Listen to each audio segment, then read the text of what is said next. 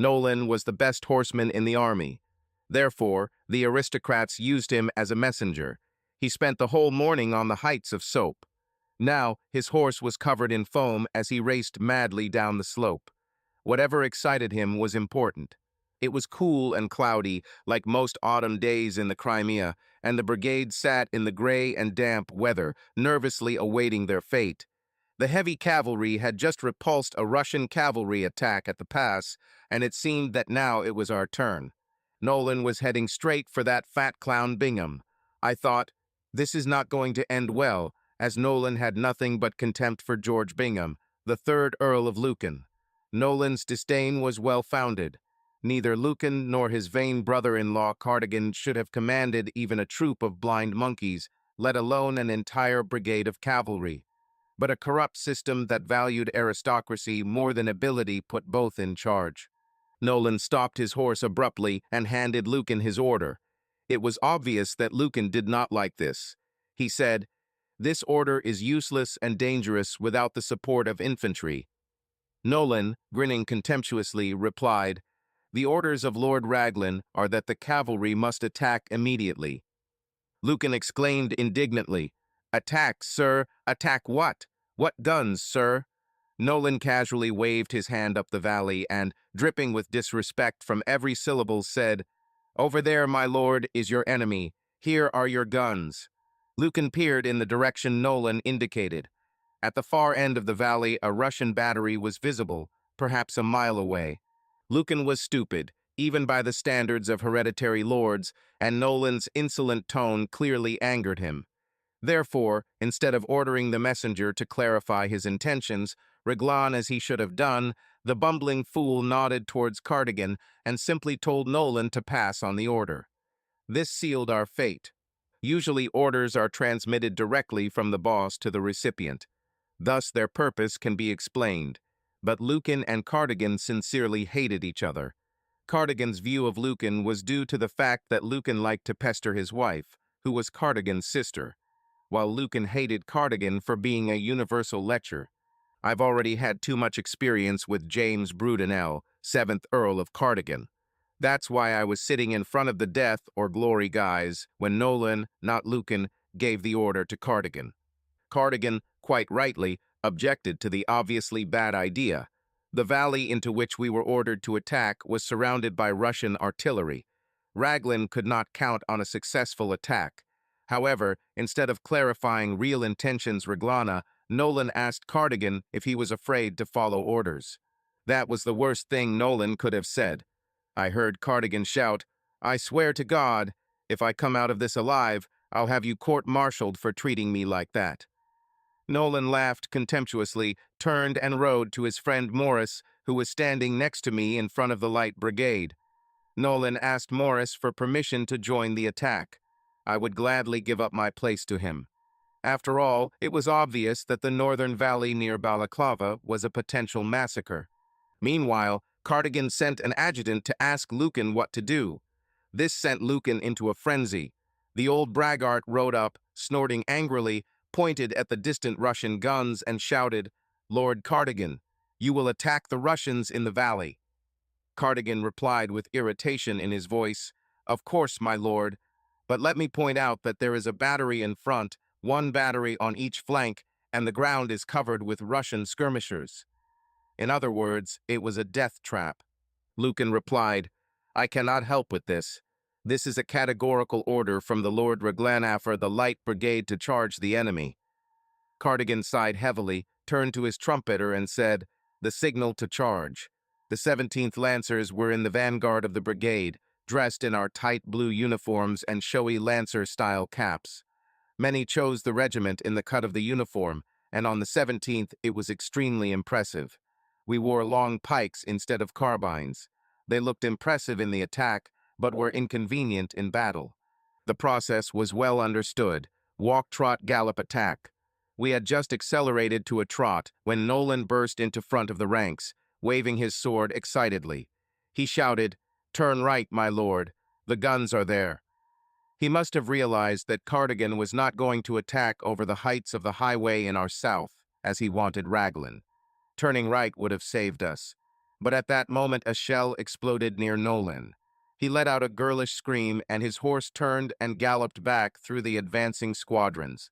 The Queen's Court poet, Tennyson, tried to sing of the senseless carnage. The guns on their right, the guns on their left, the guns in front of them, fired and thundered. Sounds great, doesn't it? But this does not convey the reality of the situation. We were like sitting ducks to the massive Russian artillery. But our business was not to reason, our business was to do or die, and we died. I was scared to death. The only thing that kept me at the forefront of the attack was my even greater fear of seeming like a coward. Cowardice was the only unforgivable sin in Victorian society. Death was preferable. So it was fear of dishonor, not courage, that drove me into the valley of death. Reality was blurring. My vision narrowed to the space between my horse's ears. Even the whirlwind of sounds was muffled. I heard the sound of shells and cannon shots hitting individual soldiers. Terrible things happened. We had reached about 80 yards from the battery when the Russians opened with a volley of grape shot. The sound with which the buckshot flew past was indescribable. She cut our front line, and the survival of each person was a matter of chance. Luckily, it wasn't my day. Unfortunately, it wasn't Cardigan's day. Only the good die young. This must be true, because Cardigan made it to the guns unharmed. Then he turned around and carelessly drove back up the valley.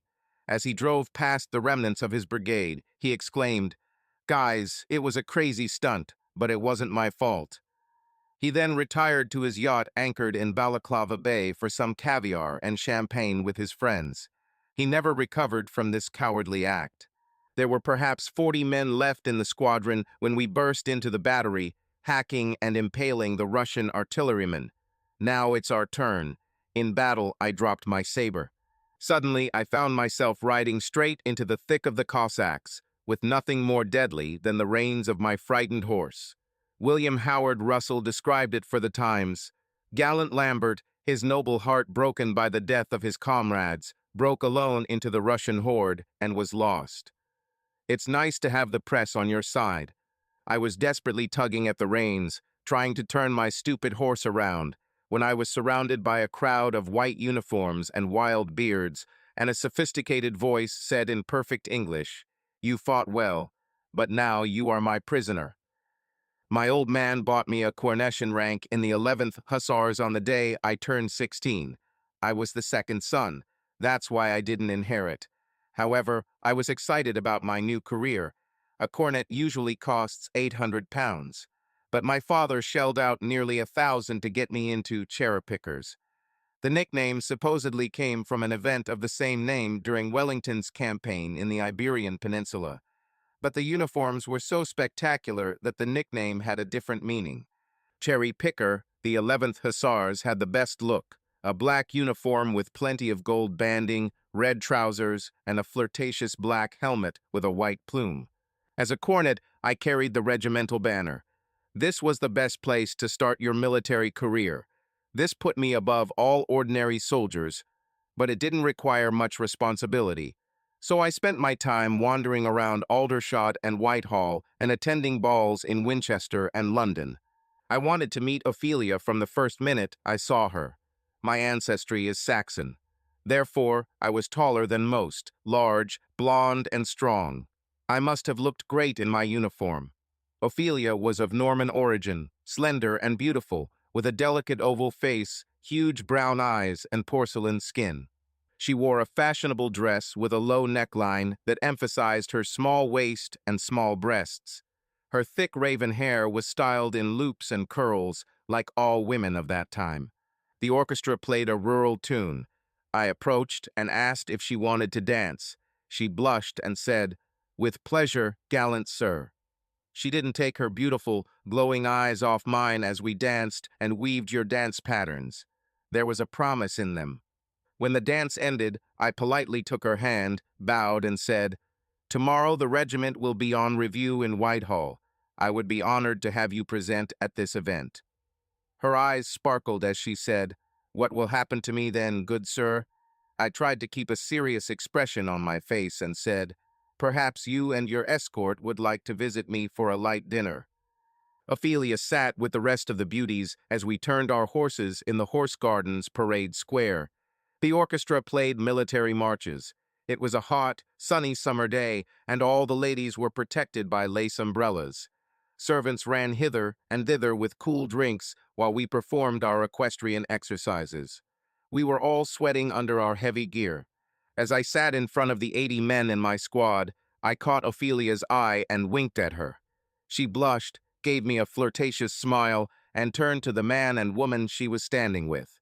I already knew that the man was her brother-in-law and the woman was her sister. No decent Victorian lady would meet an unaccompanied man. I joined the company after giving my horse to a groom. As I mentioned, I'm taller than most, so I towered over Ophelia in my knee-high boots and shako. She ran up to me with wonder in her gorgeous eyes and said, "You look great." I casually said, "Thank you, my dear." She wore a high-waisted lace white dress that accentuated her breasts like two particularly round and slender turtle doves. She caught me looking at them hungrily. Instead of punching me in the face, she gave me a cheeky smile. It was encouraging. 4 of us had lunch eel pie at Clarence's, near Whitehall, and then went for a walk in St. James's Park, enjoying a gorgeous English summer evening. Ophelia grabbed my hand every time she could. She looked at me with soulfulness with her beautiful brown eyes. I felt her incredible warmth. Then, as I was putting her in a hired carriage for Belgravia, she unexpectedly kissed me. Decent Victorian ladies did not kiss strange men on the first date. It was very promising.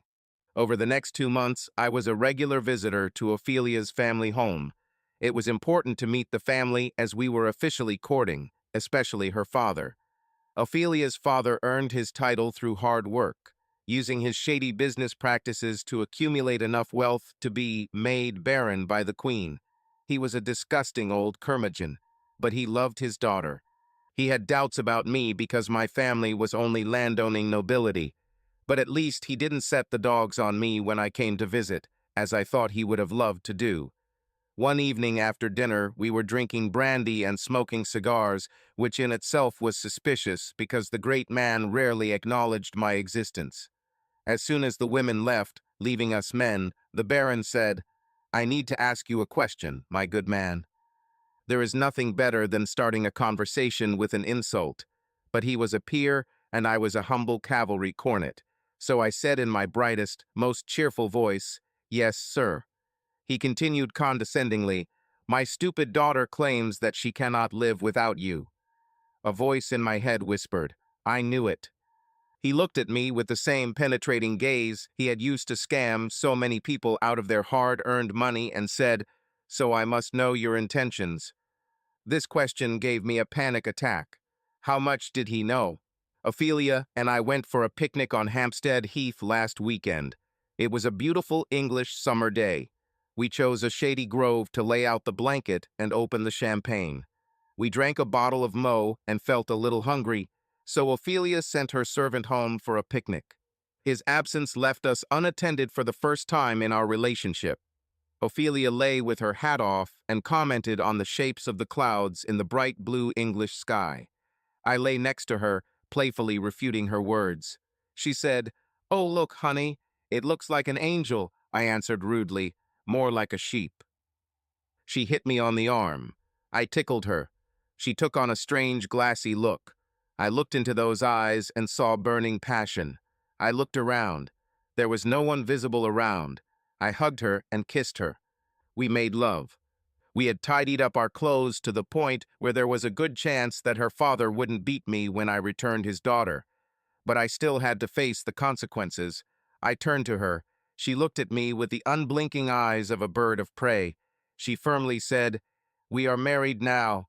Her absolute confidence was frightening. Victorian men viewed women as frivolous creatures. Perhaps this was a misconception. That's why I was in a panic a week after Ophelia's father, Baron Lichfield, asked me about my intentions. I would say anything to get out of this situation, but at least I was smart enough to do a little reconnaissance. I said, "My intentions, sir, are to do the fair thing." I assumed that he would take this as an intention to marry his daughter after a long courtship. Not what I actually said, which was that I would marry her if she was pregnant. The Baron looked at me like I was an idiot and said, "Ophelia told me that you proposed to her last Saturday. Did she misunderstand you?" The question was asked with a clear threat in his voice. I was trapped. If I said, "Yes, she was wrong," I would look like a scoundrel who makes suggestions that he has no intention of following through. If I had said, "No, I'm not mistaken," I would have become a married man. I tried to distract him with an obvious statement. I said, "It would be an honor for me to marry your daughter, and I will certainly do so as soon as we agree on the dowry." I knew this would set the old miser on a new path. He became indignant and said, "So your affection is based on my money, sir?" I shrugged and said, "As you have pointed out many times, I am not rich. You want your daughter to live in the same luxury that she is accustomed to." He understood that I was asking for a bag of money. He might also consider me a fortune hunter. But the old scoundrel loved his daughter, so he said reluctantly, "Okay then, I agree to ensure your well-being and future." With this, I became a married man. What I'm describing may not sound romantic, but in Victorian England, marriages within a certain social class were financial transactions. The gentleman never wanted to work in trade, or, even worse, with your own hands. Therefore, what we discussed was not strange for those times. What was strange was that I was manipulated into this agreement by a simple girl. Ophelia and I made our home in a beautiful mansion in Bloomsbury. It was a short walk from Horse Gardens, where I was permanently stationed. Baron Litchfield's money ensured this. I was now a lieutenant in the 11th. This too was bought and not earned. In general, family life was an acceptable service. Ophelia was the ideal wife, submissive in public and wild in the bedroom. Victorians never discussed sexual topics under threat of expulsion from society, but from the conversations I overheard or the drunken comments, it was clear that my wife had an exceptional sexual appetite. I assumed that she had men before me, but on the other hand, every day she behaved like a perfect little Victorian wife. Of course, she didn't know how to cook or clean. It was a servant's job. But Ophelia was indispensable at every ball and social event, flirting flawlessly within the ironclad social norms of our time. However, that fiery quality that the Romantic poets spoke of was completely absent from our marriage. I didn't feel like I was missing out on anything. Ophelia was a beauty, and this added to my status among other men, and she superbly overcame all obstacles in the marital battle. We chatted amicably over breakfast and dinner.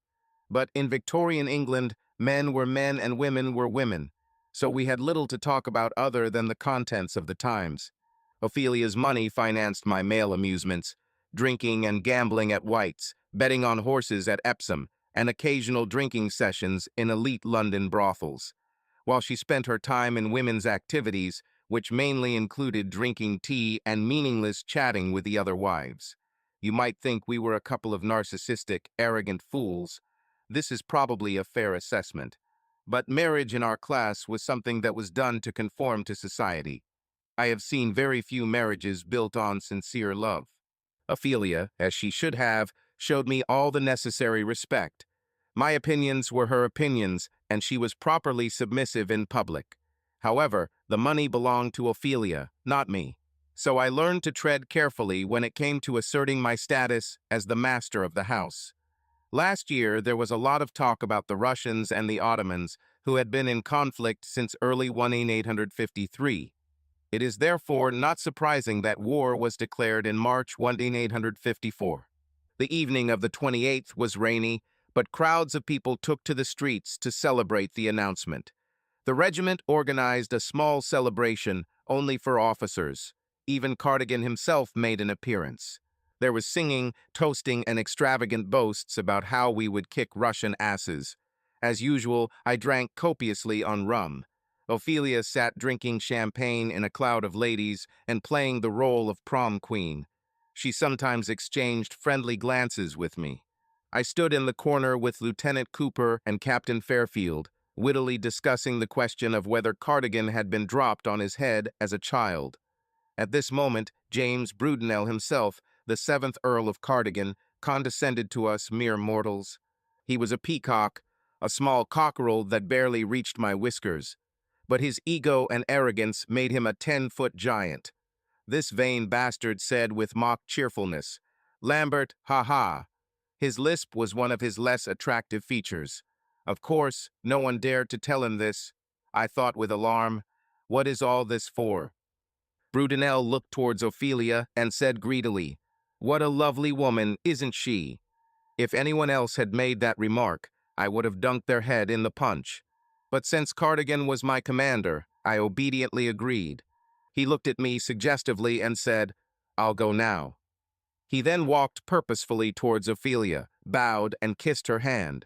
She smiled politely as Cardigan pointed to something across the hall.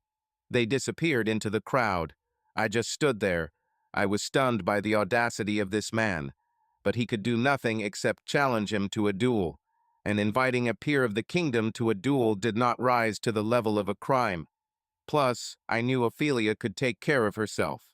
Cooper said with disgust, "Let's get out of here, old man. This is getting ridiculous." I readily agreed, and we ended the evening at White's. The streets were still celebrating when I took the cab back to our house in Bloomsbury. To be honest, I might not have noticed if there was a Russian invasion. I was completely drunk. I came home drunk almost every night, but it was a record.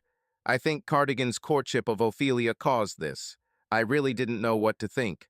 Society in the 1850s expected women to be chaste and virtuous. Ophelia demonstrated only Victorian virtue in her daily life. However, she had a clear passion for sex, and there remained a suspicion that she had had men before me. I knew that Ophelia was prone to hobbies, as was the case with her and with me, and although Cardigan was not physically impressive, he was a dandy and a peer of the kingdom. I didn't know what the man intended to do, but it was obvious that he had his eye on Ophelia, and she did not particularly refuse him. I was half drunk. Therefore, he did not wake up the servants or tell Ophelia that he had returned home. I just staggered upstairs and collapsed into bed, still dressed in my uniform and trousers. I was woken up some time later by the sounds of night music. A woman screamed as if she was being killed at the other end of the corridor. Like every Victorian couple of a certain social class, Ophelia and I had separate bedrooms, and noisy screams came from her room. I was still drunk when I opened the door and wandered down the corridor, careful not to bump into the side tables or knock over any tacky Victorian junk. If I had been more sober, I might have thought twice before entering Ophelia's room. But in this state, I simply opened the door and stood, swaying, trying to comprehend what I saw. Damn it, the fact that I was being dishonored in my own home quickly brought me to my senses. In the light of the street lamps, I saw that it was Cardigan. How many ways could there be to describe this complete failure? Let's count.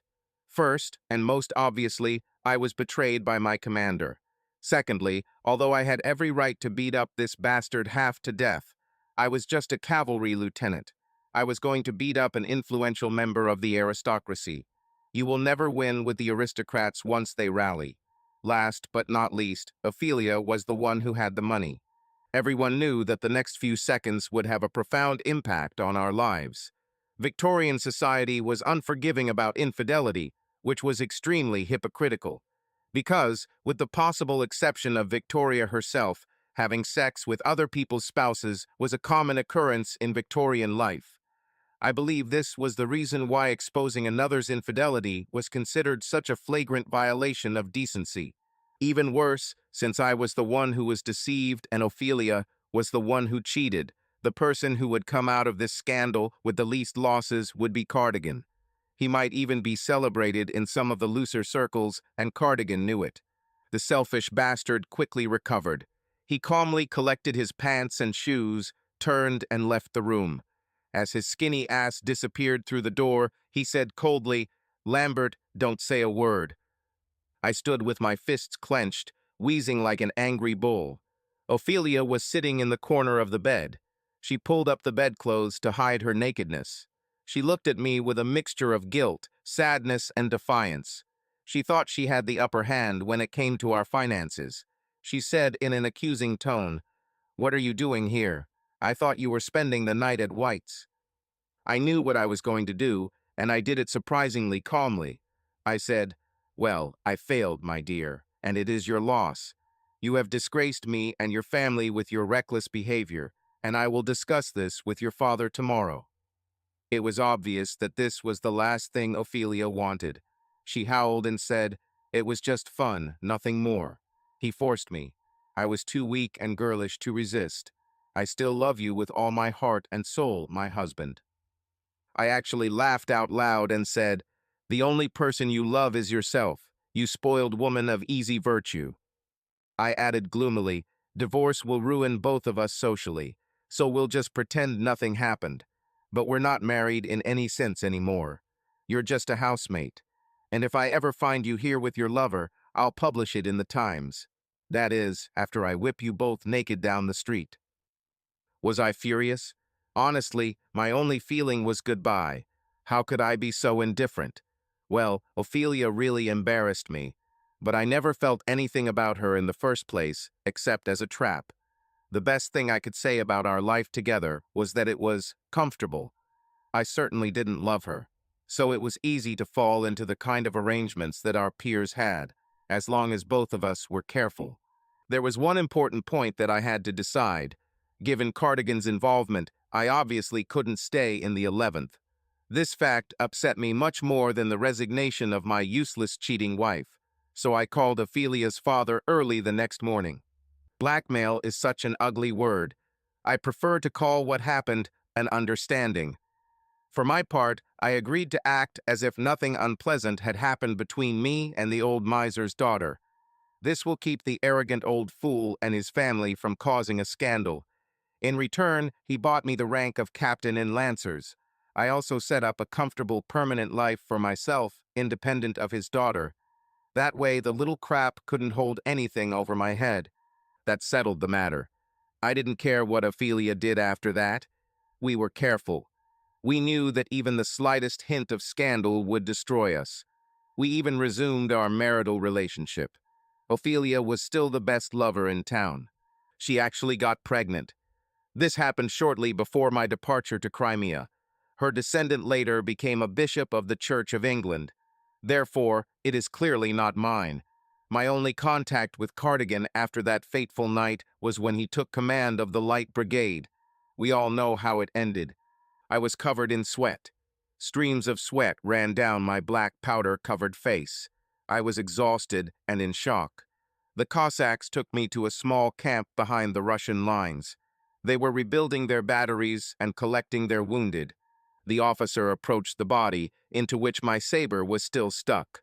He placed his foot on his chest and pulled out the blade, making a sucking sound.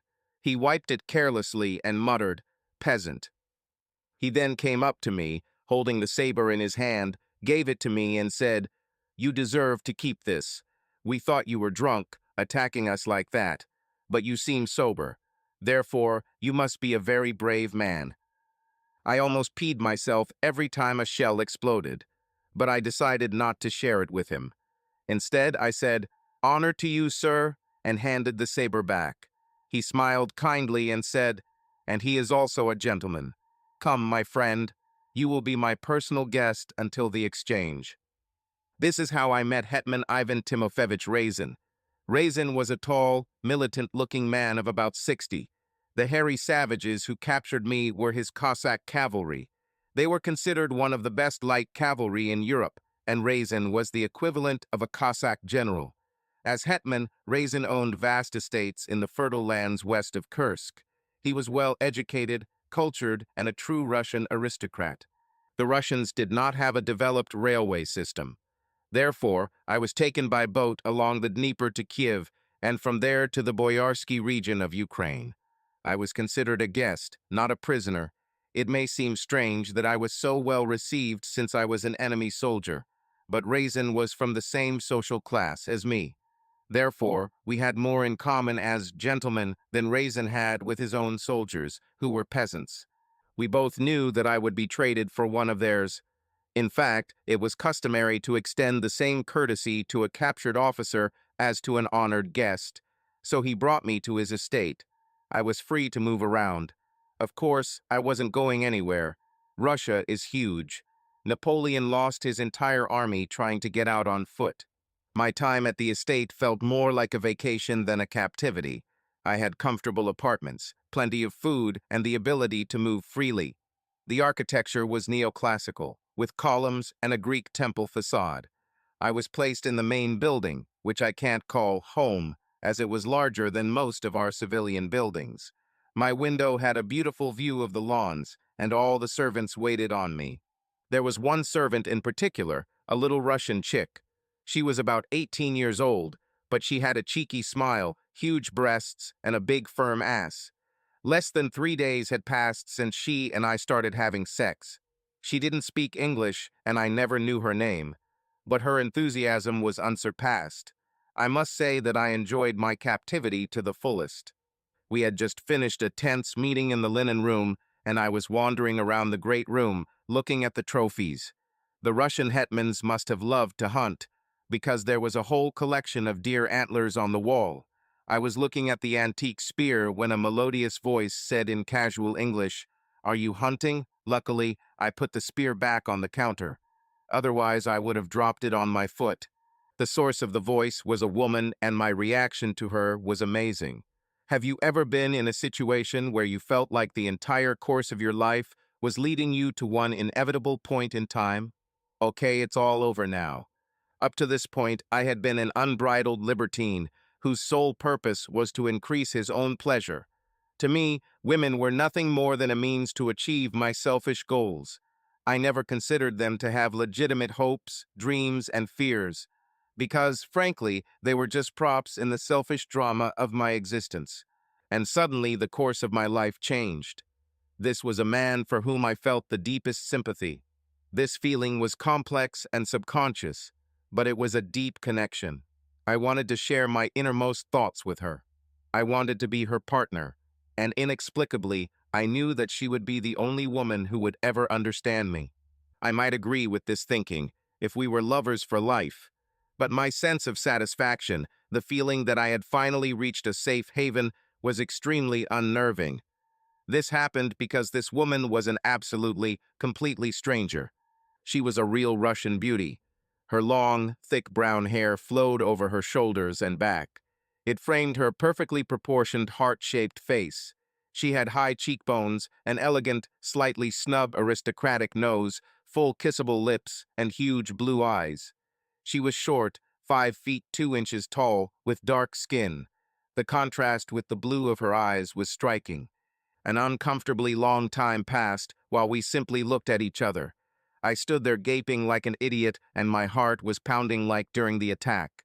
She stood with one hand to her mouth and the other to her delicious, heaving chest, looking as exhausted as I did.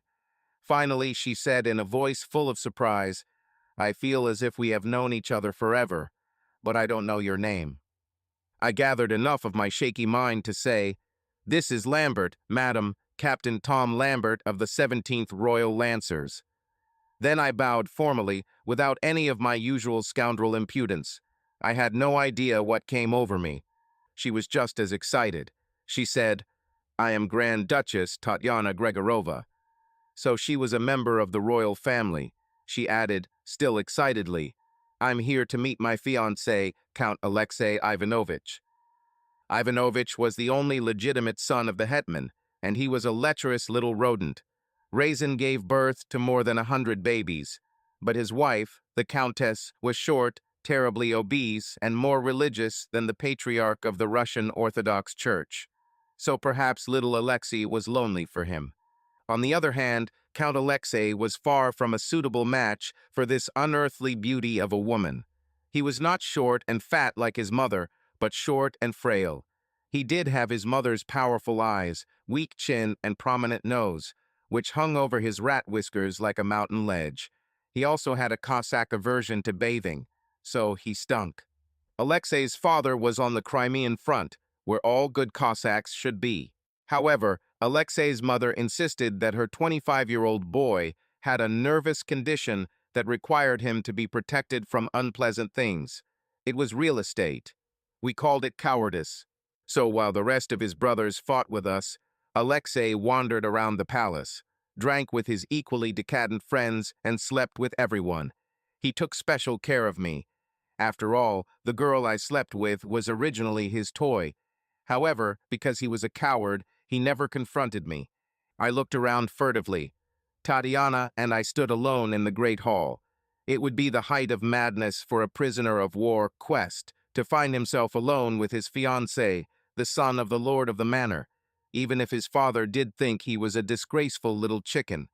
But I was inexorably drawn to this woman. I pointed to one of the window niches. There will be some privacy without seeming like a secret. She followed me. We ran into each other.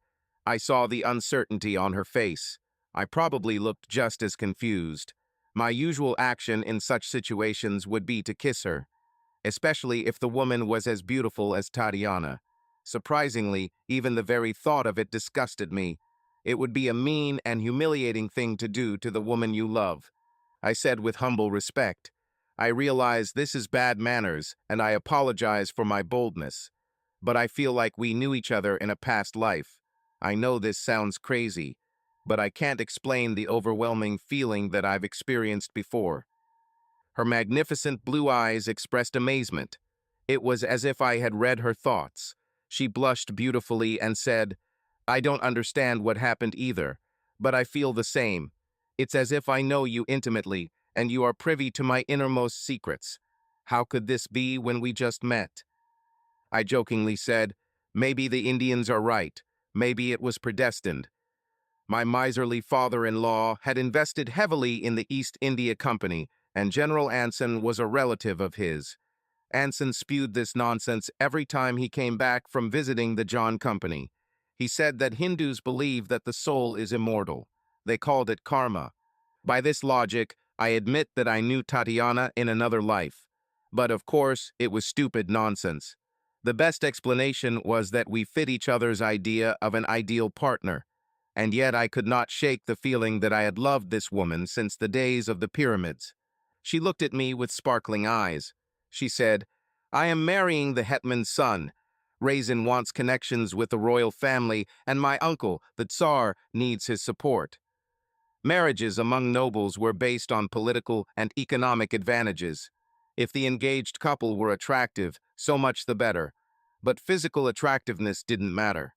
She added, still blushing, I know what I'm asking is beyond the bounds of decency, but I feel the need to explore this further. I hope you feel the same. At this, she turned sharply and walked towards the women's section of the building. Entering the corridor, she stopped, turned, and looked at me longingly. The sight made me stand and ponder under the bright sunlight streaming in through the 18-foot floor-to-ceiling windows. Life has always been easy for me. I was the second son, a military adventurer. I didn't have any family connections. In fact, I have never felt anything for anyone. Consequently, I had no personal attachments, especially one that could break your heart. I left my cheating wife because I didn't really love her. I simply used the discovery of her crime at the crime scene to get what I wanted. I didn't think it was morally right or wrong. It was just my way of doing things. Now I could not deny the reality that I felt an overwhelming desire to care for, protect, and cherish this mysterious new woman at any cost. My little maid met me as I walked towards my chambers. It was obvious that she was ready for revenge. Normally, I couldn't refuse such an offer. I shook my head regretfully and said, no. She looked as confused as I did. The engagement ball took place a month later. It was a grand reception to which almost all of Tatiana's relatives were invited. Tsar Nicholas had just died, and his son Alexander Roman II was too busy finishing the war. But all the other royals were present. Raisin returned after the fall of Sevastopol. He received guests among other Cossack aristocrats, deliberately ignoring his wife, who sat like a toad among the ladies. Alexei was having fun with his usual company of idle revelers. He was already tipsy. I stood alone in my usual window. The past month has been very difficult. Tatiana had never been unaccompanied, and trying to talk to her in front of other people would have been suicide. She was a true royalty and an asset to the great game. Therefore, her honor had to be absolutely impeccable. This was ensured by the presence of lady maids and guards who always accompanied her. The war ended badly for the Russians, and none of them were in the mood to tolerate my company. Therefore, my attempts to court Tatiana would not be received kindly. I had to watch the only woman I had ever loved go through the carefully regulated process of getting to know Raisin's philandering son. It was an elaborate dance. All parties involved monitored the progress of events to ensure that no mistakes were made. They were officially introduced to each other last week. This event was not a formal dinner at the estate. This was a diplomatic event that was held in the presence of ambassadors from the Tsar and the House of Raisin. We mere mortals stood in the large hall, watching what was happening. I did not lose sight of the fact that these were the same windows where Tatiana and I first met, where our connection was established. Perhaps you have never experienced the painful melancholy that I felt. You have to be completely committed to someone to experience this. However, if you have ever suffered such heartache, you know exactly how I felt. You want to be with the love of your life every second of every day. You want to bask in the light of your mutual passion. You want to chat and share your deepest thoughts. Most importantly, you want constant reassurance that the other person feels the same way about you. I guess this is what we call love. And unfortunately, I was never close enough to my love to even exchange a glance. In fact, Tatiana and I had never been in the same room before the presentation ceremony, and it was killing me. It was as if I had caught a fever, with chills and aches. These sensations took possession of me every time I saw Tatiana walking along the lawns of the estate with her ladies. No wonder waves of melancholy washed over me. Even more surprising was how much my desire for Tatiana increased during our forced separation. It became more like an obsession. This was a completely foreign feeling to me, and due to the lack of reinforcement, I began to doubt that there was anything between us at all. I always laughed at the dark sentimentality that came from Bronte's novels. Now I live it myself. Even worse, instead of reacting as usual to the appearance of such sentimental feelings, getting drunk and sleeping with some Russian babe, I walked around like a young man in love. So I stood in the back of the room, suffering from green-eyed jealousy, waiting for the only woman I've ever loved to be presented like a prize cow at a show in Guernsey. I think I mentioned that I'm taller than most, so I could see over the heads of the crowd, even standing in the back, among the servants. We all stood in one half of the hall. The other half was empty, except for the representatives of the Tsar and Raisin. The door to my right opened, and Alexei came out in full robes of the Zaporozhye hetman. His frail figure was dressed in a long bearskin coat, red trousers, and a tight-fitting Russian mink fur hat. He had a curved Cossack sword on his belt, and the rat whiskers under his nose were tucked into weak arms. He looked ridiculous. He stood up, taking a classic Cossack pose. Then he swayed slightly. There was an almost audible gasp from the front of the crowd. Alexei was clearly drunk. Only his mother chuckled proudly. Then he swayed across the room and stood next to his father. Finally, the door to my left opened and a lady, Grand Duchess Tatiana Gregorova, appeared. She wore a magnificent dress of light blue silk, decorated with sapphires. The dress revealed a surprising amount of delicious breasts. The regency was still in vogue in Russia, even if showing such breasts would cause her expulsion from Victoria's court. I remembered her wrong. I knew she was beautiful, but she was a beauty for all time. I swear a beam of light followed her as she glided across the hall towards her uncle's representatives. As before, her perfect features were framed by her unusually luxurious hair. But this time I also saw her graceful shoulders and her luxurious breasts with skin like the finest satin. My heart broke as she smiled shyly at her fiancé. In response, he gave her a lustful look. Then she glanced furtively in my direction. The cannonball that took off Sergeant Major Thatcher's head was a small slap compared to the blow of that look. Her gaze was full of grief and longing. She suffered the same torments as me. I don't know what my anguished response told her, but she flinched as if she had been hit. However, she was royalty, so she pulled herself together and turned to her destiny. Long speeches followed. I didn't speak Russian, but I applauded along with the others. Alexei had to be pushed to answer because he couldn't take his eyes off Tatiana's chest. She stood like an ice maiden, emotionless, answering politely where appropriate. The representatives then stepped aside. The happy couple could touch each other for the first time in their future married life. Protocol required that the man take the woman's offered hand in a two-handed grip, say something romantic, and then bow and kiss the top of her delicate fingers. But Alexei was clearly drunk. Perhaps this explains what happened next. At that moment, when the Tsar's representative offered Tatiana's hand, Alexei mooed like a sheep, took a drunken step forward and grabbed Tatiana in a hug. The look of amazement and fear that appeared on Tatiana's face made my blood boil. Raisin and the Tsar's representatives tore them apart. Tatiana was completely depressed. Alexei continued to make obscene sounds. The noise intensified. The crowd either gasped in horror or laughed loudly. I swore to kill this little snake. This had to be done. Tatiana couldn't marry a monster like him. I survived the valley of death. I lived on borrowed money. Tatiana ran away to her chambers in tears. Raisin handed Alexei over to the Cossack guards. It was clear that he was deeply humiliated and did not intend to tolerate the antics of his idiotic son. At this point, his wife tried to intervene in Alexei's defense. Raisin was a cultured man, but it looked like he was going to hit her.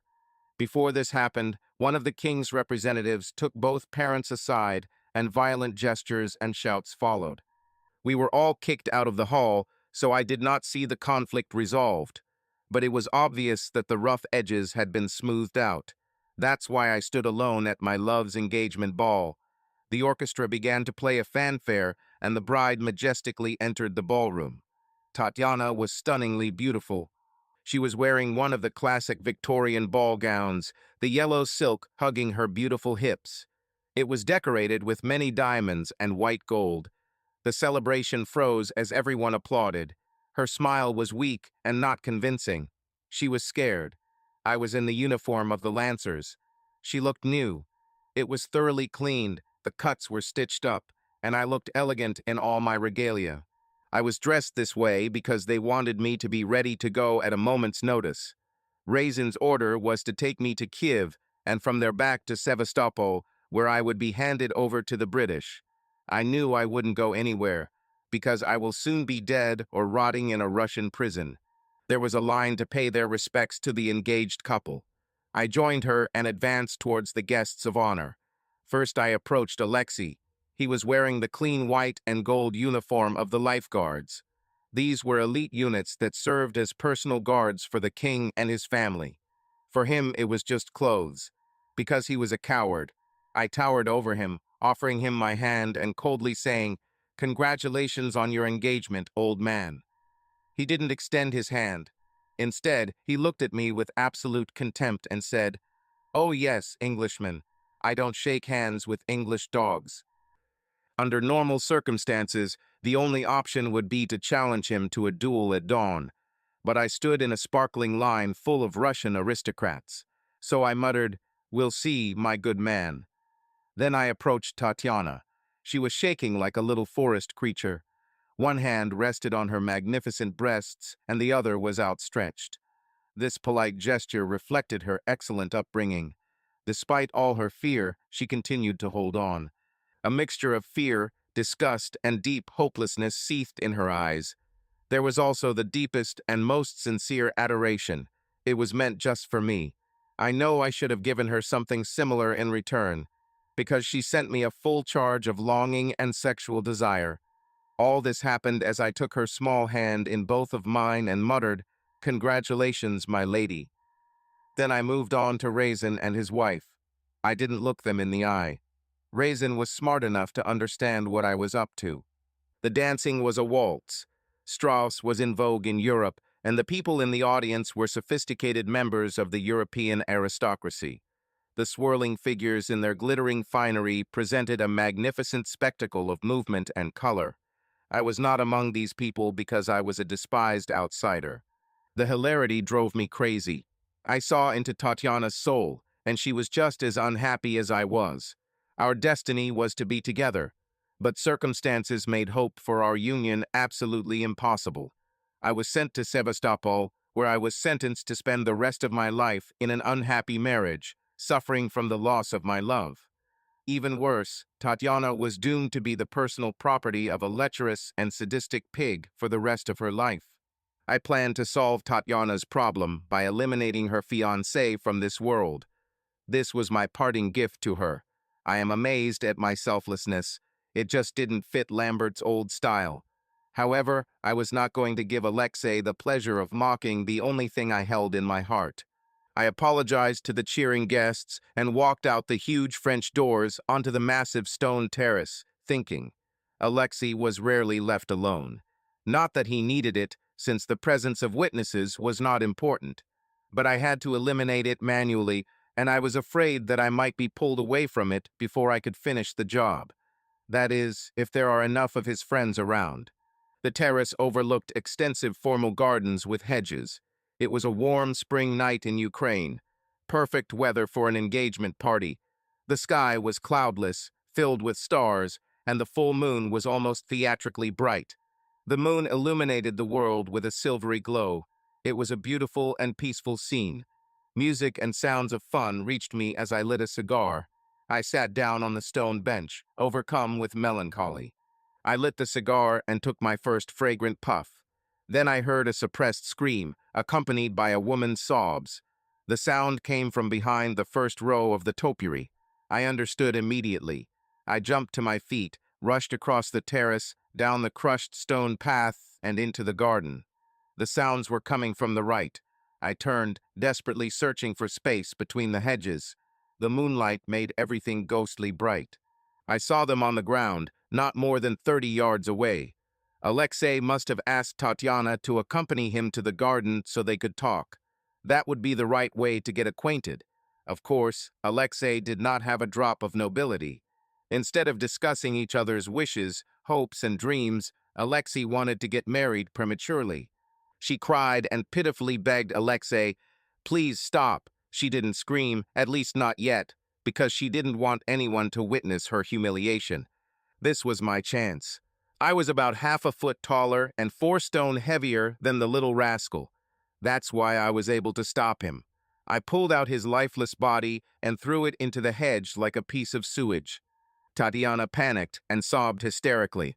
I stood over her, breathing like a great Western locomotive, looking anywhere but where she was lying. She was wearing the remnants of her pantaloons, which were pulled down to her knees. Her big full breasts, her thin waist, and her lady parts were all on display. Sure, I've seen a lot of breasts, bellies, and lady parts in my life, but it was my love, my other half, and I was as humiliated by her state of nakedness as she was. So I turned sideways, addressing one of the bushes, and said tenderly, "Don't worry, my love. He won't hurt you anymore. It would be an honor to die protecting you." And then, to my complete amazement, I realized that the little rat had managed to wound me. Of course, it was in the back. My partial turnaround was lucky, as this prevented the wound from being instantly fatal. How wonderful! Now I had time to finish the job. I killed him. I collapsed next to Tatiana, who was crying with grief. She threw herself on my chest, screaming, "Don't leave me. I love you. I can't live without you." As my vision began to fade into the final singularity, the truth was revealed. I was out of breath, but I was still able to croak. "We will never part, my love. The next life will be better." She reached for the sword. Destiny again. The Jenny plane circled lazily over the bean fields and landed on the fair's dirt path. He rolled across the grass towards the battered card table where I was looking for our next client. Oscar revved up the engine and did a fancy U-turn on the steering wheel, parking the bird in a cloud of dust. It was a great show. $1 per flight was an exorbitant price during the Great Depression era, so we had to attract the attention of the hillbillies. I placed a stepladder next to the rear cabin and the passenger climbed out. He looked shocked. This was typical for the first time. Oscar climbed out of the front cockpit, quickly jumped off the wing, and threw his helmet at me. He was my father, in his late 50s, weather-beaten face, tall and lanky, with a permanent toothpick in the corner of his mouth. In the 1930s, work was scarce and everyone grabbed every opportunity. Mom got pneumonia while trying to feed us. We didn't have money for medicine. My father was trying to sell his old biplane, but his mother died before he could sell it. After that, we were just the Lambert boys, father and me. We traveled from city to city, from fair to fair. Dad taught me to fly when I was 11, and he said I was a better pilot than him. This was controversial since he was an ace in the war. Of course, he was flying a SPAD Summon 13 back then. He returned home a local hero, handsome and brave like the comic book character Smilin Jack, married his country belle, and bought a small dairy farm in Wisconsin with his veterans' bonuses. He grew up on a hog farm in Arkansas, but he wanted to leave this state after seeing Paris. He said he would do anything but raise pigs in the hot Arkansas summer. He couldn't stop himself from flying, so he bought himself a surplus Jan 4D training aircraft. In 1919, they were practically given away for free. Dad was lucky. His Jenny had a better HISO 8 engine instead of the Ox 5, because the Ox 5 had a frightening habit of stalling at 2,000 feet. The 20s were happy times. Lots of enthusiasm and optimism. Those times ended in 1929. I was 10 years old. We lost the farm, Mom died, and all we had left was this damn plane. It was possible to make a living by participating in air shows, and then we became air vagabonds. Over the course of 4 battles, we lifted local hillbillies into the air for half an hour. We lived in boarding houses or spent the night under the wing on hot summer nights. We saw a lot of the country. We were relatively happy. We had each other, and there was food on the table, more often than not. Dad did acrobatics, and I walked on the wing. Most modern parents wouldn't put their 14-year-old child on the Jenny wing, without any safety equipment other than a rope around the waist. But this was the Great Depression. People did what they had to do to survive. And believe me, walking for a few seconds on a wing moving at 40 miles an hour is definitely better than standing in a bread line for half a day. Plus, I was a teenager. You never think about death. My wing tricks made me popular among girls. I was taller than most, big, blonde, and strong, so I looked much older than my age. In the early years, it was just flirting and experimenting. Then I turned 18. The farm wives helped me figure out the rest. Dad had his own fan club, only older. Don't judge us until you've lived this life. It was depression. We didn't have any money. There was nowhere to go, nothing to do. Everyone was in despair. You grabbed whatever fun you could find, and the sex was free. However, we tried to avoid men with guns when we returned the following year. So there I was, standing on a hot, 80-degree fall day in Los Angeles. We hopped from place to place looking for events, and finally made it to the Los Angeles County Farm Fair. This was our usual annual route. We went to every fair between Eau Claire and Los Angeles. Then we spent the winter in the California sun and did it all over again. Dad and I took turns taking control of the plane. Jenny's normal flight time was just over 2 hours. This is before you need to land and refuel. But after an hour of struggling with Miss Jenny, you were ready to hand her over to someone else. She was a very demanding lady. Early morning was the best time to fly, before the heat raised the thermals. These large wings caught every rising current, so then it was like rocking on a life raft. The festival site was next to the Lockheed plant, and although America was still officially neutral, the site was already preparing for the coming war. The Depression is over, at least for Los Angeles. The action at the plant was 24 hours a day, 7 days a week, and the workers were flush with money. So we made a lot of money by taking everyone for a ride. The next person in line looked nervous, as if he was afraid to trust his life to a 21-year-old guy. I'll admit, I didn't look like the Life magazine pilot. I was wearing overalls, heavy boots, and soaked undershirts. But I could make Jenny dance on the end of a rope. I put on a leather helmet and goggles, jumped onto the wing, and said cheerfully, "Come on, buddy, you're not going to live forever." He turned around and ran away, but he left his dollar. I said jokingly, "Anyone else?" A musical English voice said, "Can I fly?" I said, Sure, honey, if you have $1, just let me get her in the air first. This was my attempt at a joke. I knew that my little friend would be begging me to take control as soon as I handed over the helm to her. The airline industry was in its infancy when Jenny was built. She does not have any modern stabilizing devices, so the plane does not return to level flight automatically. Thus, keeping Miss Jenny on an even course was a physically strenuous task. I almost fell off the wing when this embodied female voice came out of the crowd. I slept with them all, long and short, high and low. However, as soon as I saw this woman, it was as if Cupid shot me with an arrow from the blue sky. I was a flying hobo with no formal education. I haven't had a real home for 9 years, but I wanted to marry this girl right now, and I knew I would sacrifice everything to do it. This sudden feeling of painful melancholy was alarming. The strangest thing is that I did not want to sleep with her. Instead, I felt an instant and deep connection. It was an inexplicable feeling, like a spiritual craving. It felt like we had been lovers forever, and I was instantly jealous of every man she knew.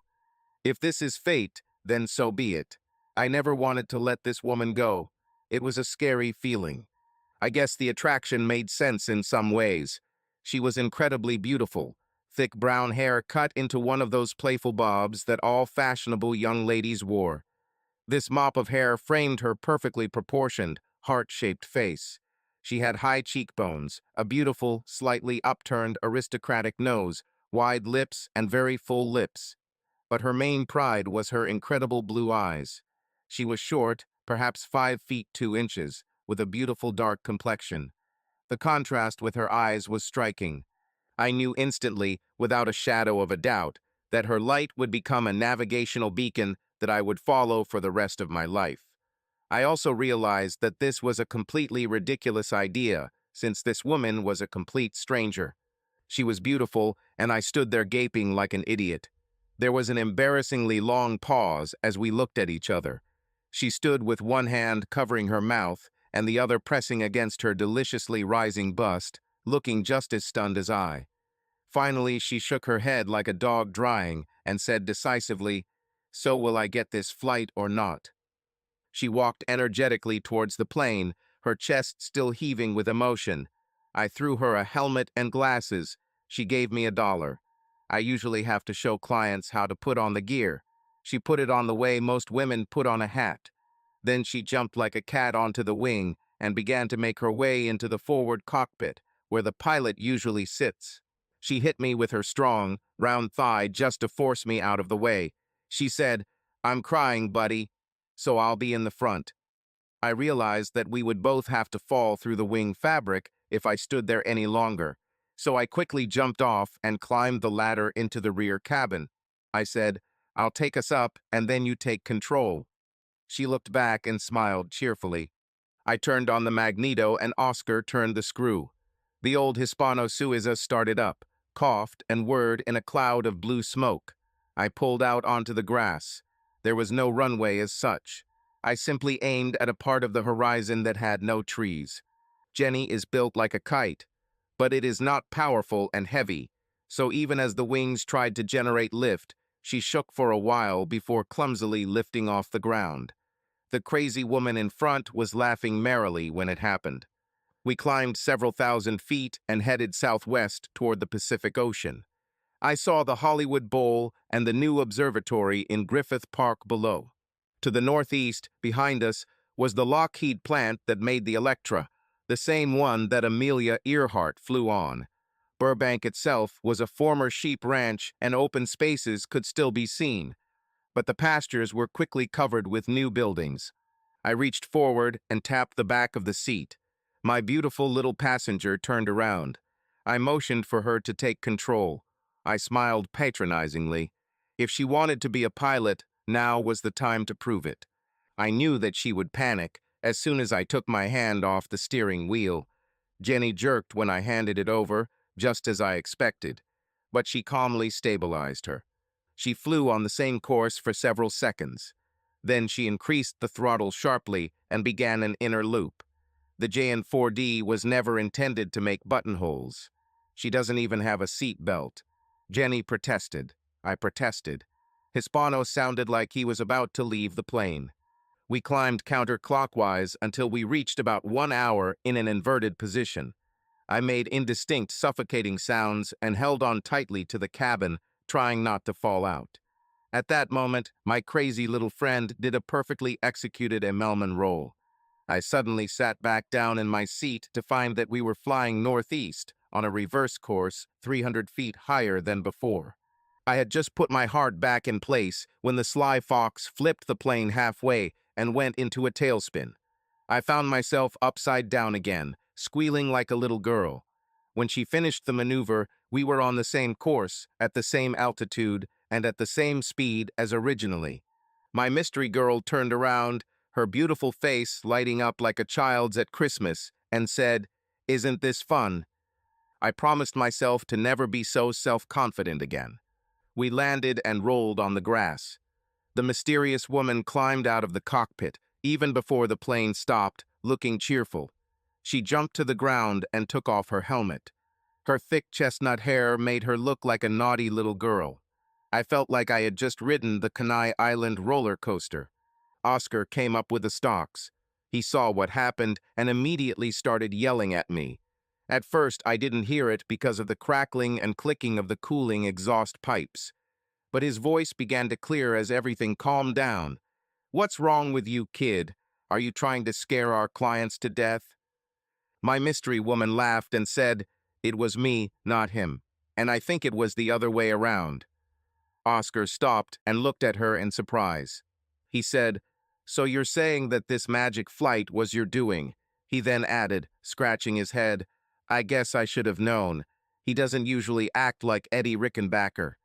She smiled slyly and said, "Anna Gregory, at your service." This is how I met the love of my life. It was starting to get dark.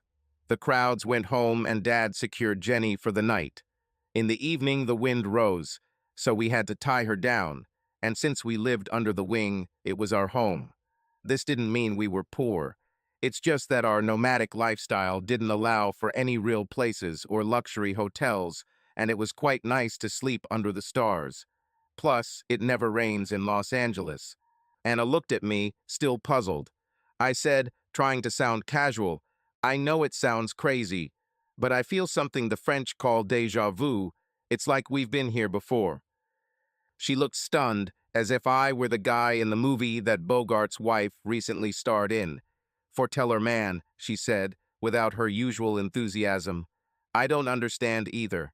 I have exactly the same feelings. But there is no way that we could have met before.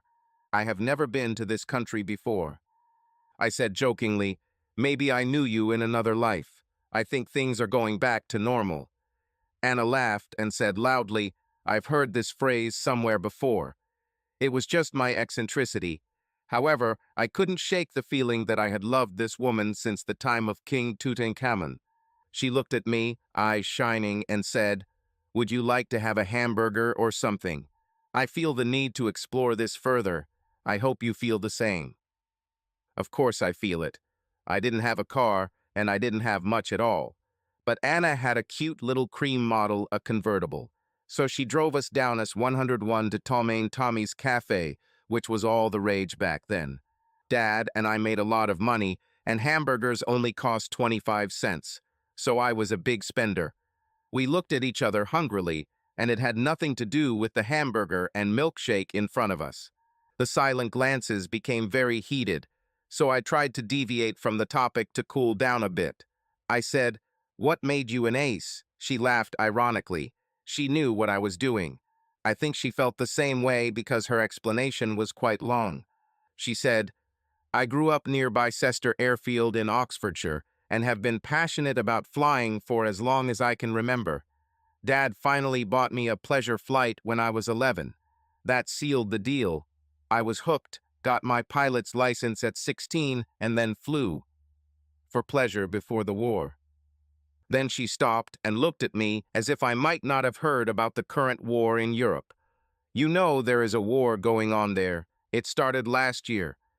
It was downright insulting. I was a flying hobo. But I read a lot, and I wasn't that stupid. Yet her next revelation shocked me. It turned out that she was a military pilot. She didn't fly dawn patrol, but it was part of the British Transport Air Support Service. The British began using women to free up male pilots for combat. The girls moved all kinds of aircraft from factories to active squadrons, and that's why my new love of my life was in Los Angeles. She was here to learn the intricacies of flying a Lockheed Hudson aircraft. The Hudson was developed from the Electra aircraft, but it was equipped with two Pratt and Whitney R-1830 twin Wasps, making it a serious challenge for any pilot, especially a small woman. So Anna and Lockheed worked on techniques specifically designed for female pilots. I had seen the Hudson the day before while flying with a client. I asked, "Was that you?" She smiled happily and said, "We're probably the only ones flying a 28s in this area." I just sat there, mouth agape, looking at her with obvious desire.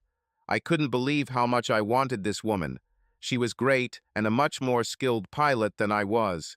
It was terrifying to be so pathetically needy, but there was this undeniable chemistry between us that continued to encourage me. I felt like we were meant for each other. Naturally, the gods laughed. We sat huddled close to each other in a booth by the window, our heads together like lovers. When I noticed movement out of the corner of my eye, the guy sat down next to Anna. He hugged her and said cheerfully, "Hey, baby, where have you been? I've been looking for you everywhere." The look of panic in Anna's eyes was inimitable. He was a good-looking guy, with black hair styled in a fashionable, sleek style. He had striking gray eyes that made me think there were a lot of Irish in his family. He had one of those thin mustaches that Clark Gable made popular, and a mouth shaped like a Cupid's bow, which I'm sure the girls would call a kiss mouth. He was sitting up, so it was hard to tell how tall he was, but he looked small and compact, like most good pilots. I knew he was a pilot because his stylish leather flight jacket had the Lockheed logo and the name O'Leary on it. It was 80 degrees inside the cafe, and he was parading like Lindbergh over Paris. But certain types of people always have to put themselves out there. At least he wasn't wearing overalls and long underpants like me. He reached across the table and said, "Bill O'Leary, I'm Anna's boyfriend." I saw that lightning strike coming. That's why I didn't react. But the torment in Anna's eyes intensified several notches. I shook his hand and said, "Tom Lambert, Anna flew with me today on my JN4. O'Leary laughed and said, "There aren't many of them left. What are you, an aerialist?" I smiled, even though I was dying inside, and said, "Guilty as charged.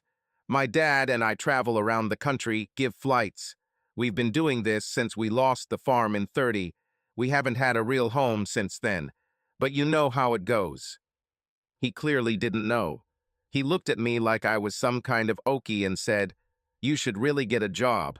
I can help you get a job at Lockheed. We have a lot of work at the plant." I didn't like his tone, but I said amiably, "We'll manage as long as Jenny holds on, and I'd miss flying. What are you doing, an assembly line?" This was intentional. Perhaps he noticed how Anna and I interacted, because he looked at me like he was marking his territory and said, "Test pilot at Lockheed. The A-28 is a beast, and I helped Anna master it. That's how we met." Anna went from wariness to despair. She said in a hushed tone, "Now, Bill, it's only been a month. We're not married."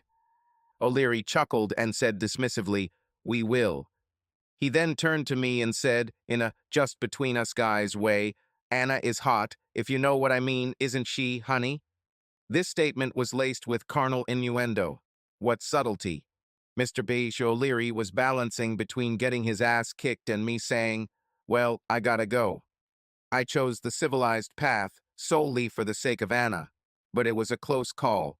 My heart broke as I stood up and just told her, "Maybe in the next life, baby." She looked like she was about to cry. She said a little too loudly, "No, wait, I have to take you back."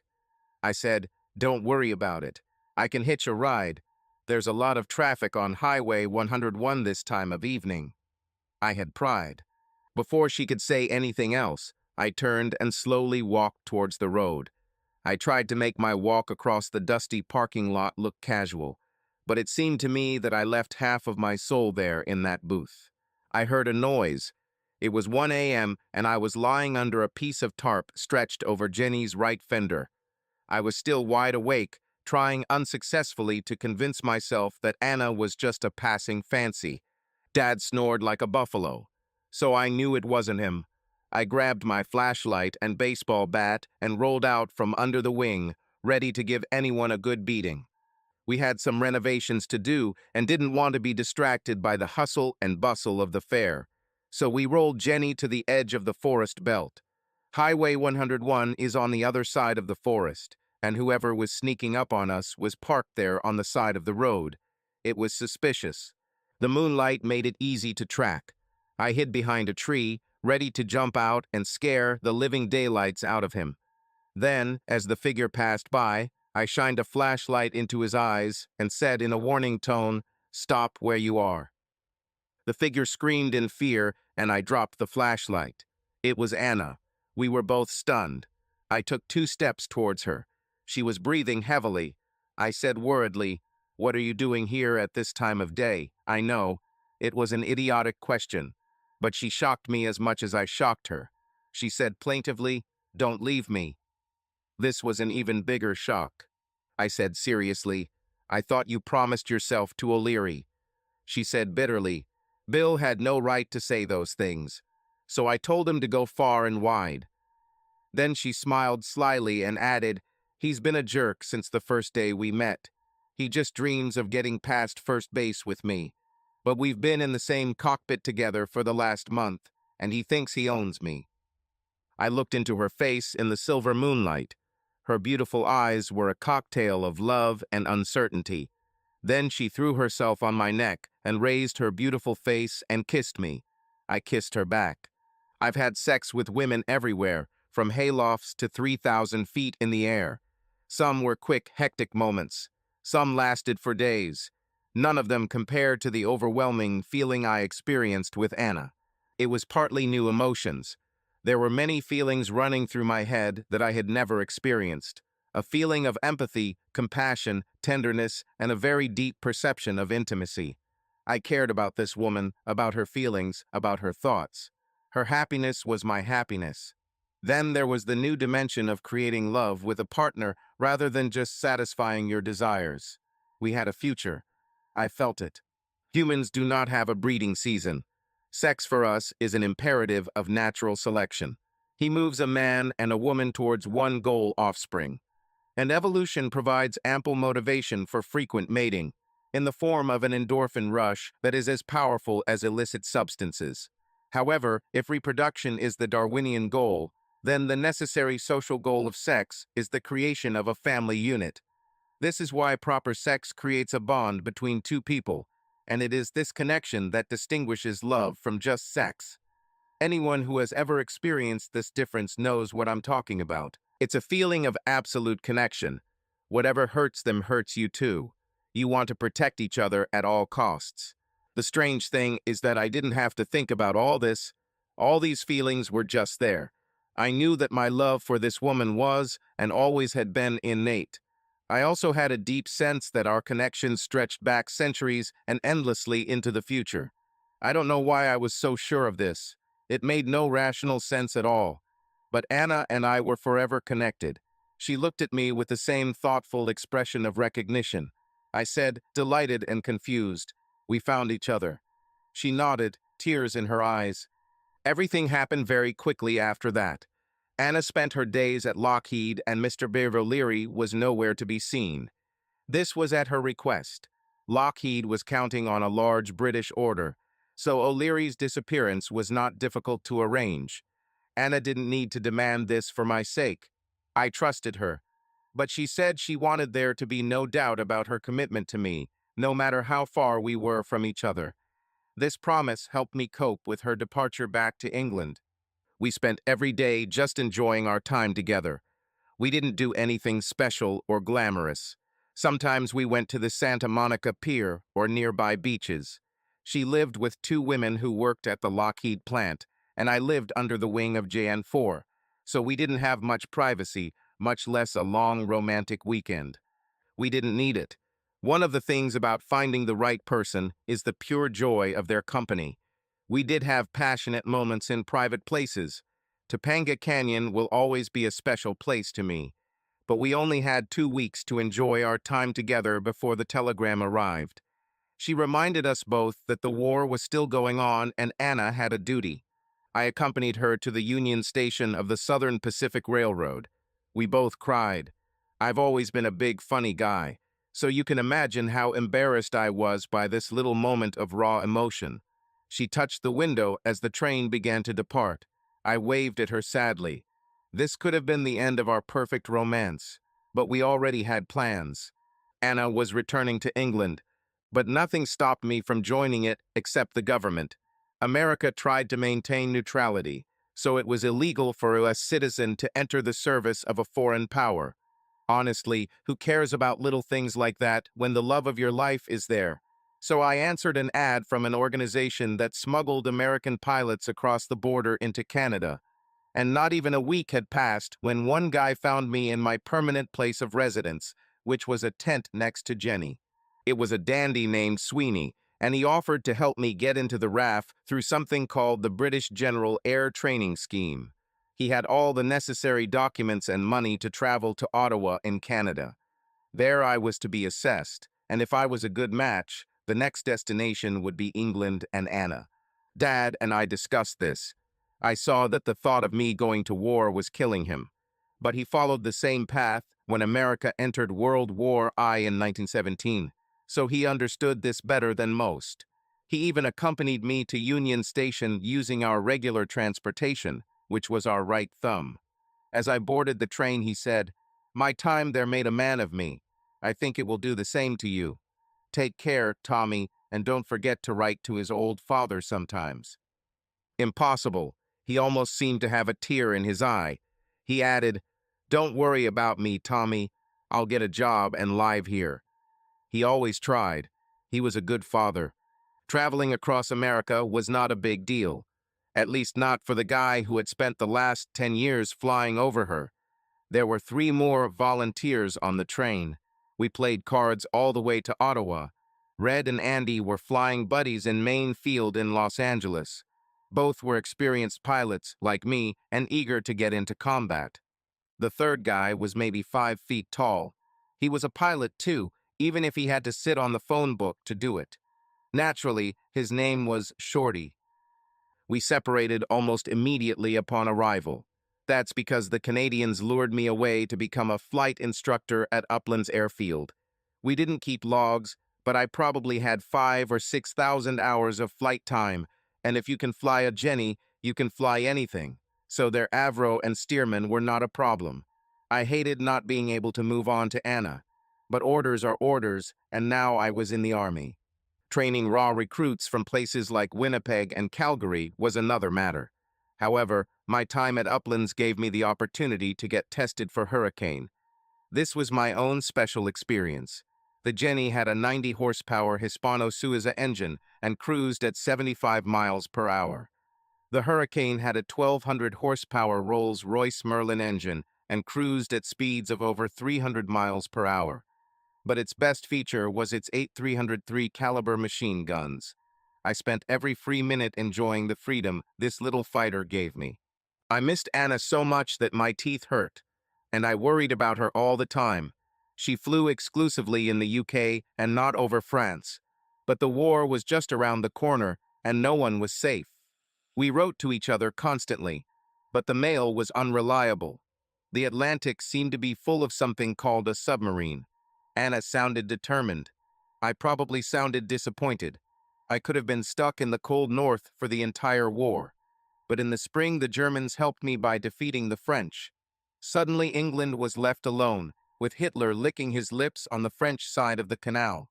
Air superiority was the only thing keeping his stormtroopers from landing on English shores, and Britain needed every experienced pilot they could find.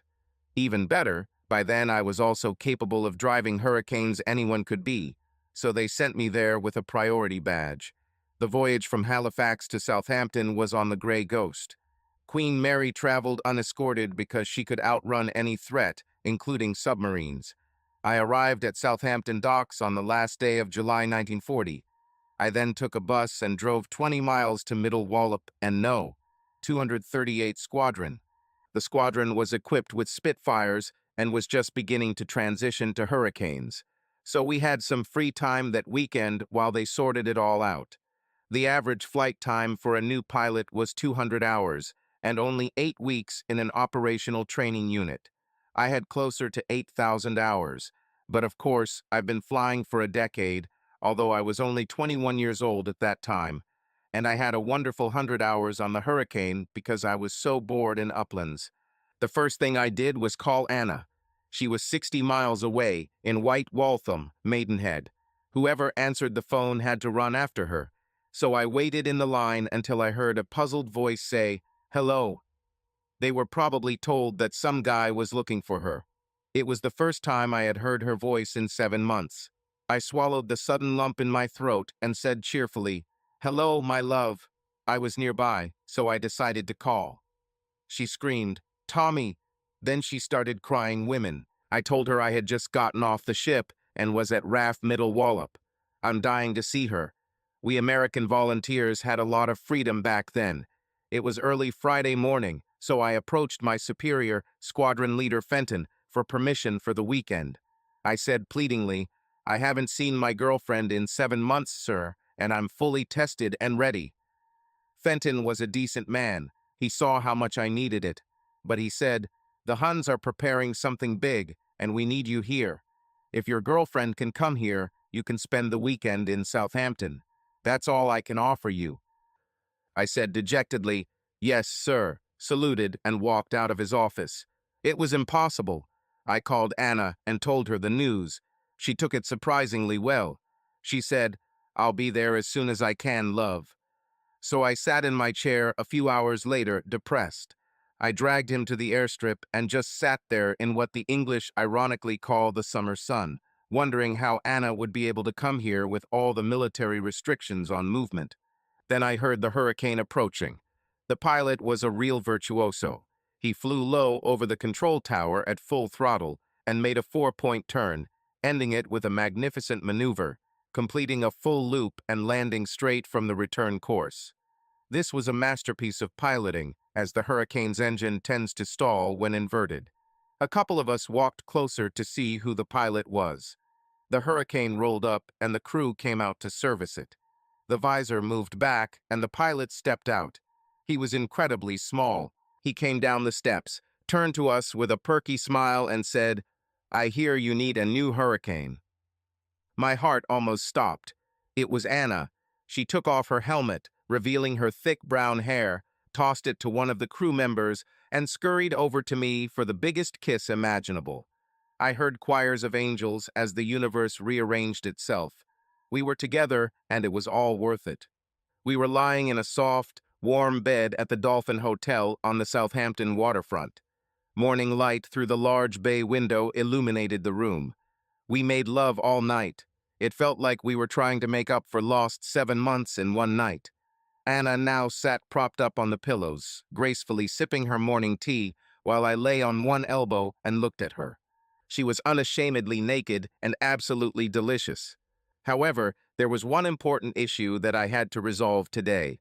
I saved my flying salary for this moment. I pulled out a small black box and said, trying to sound casual, "Well, we both need to be back at work by noon. But first, I want to ask you one question." She turned her head and looked at me with interest. I said, "We're in the middle of a war, and none of us knows what's going to happen next.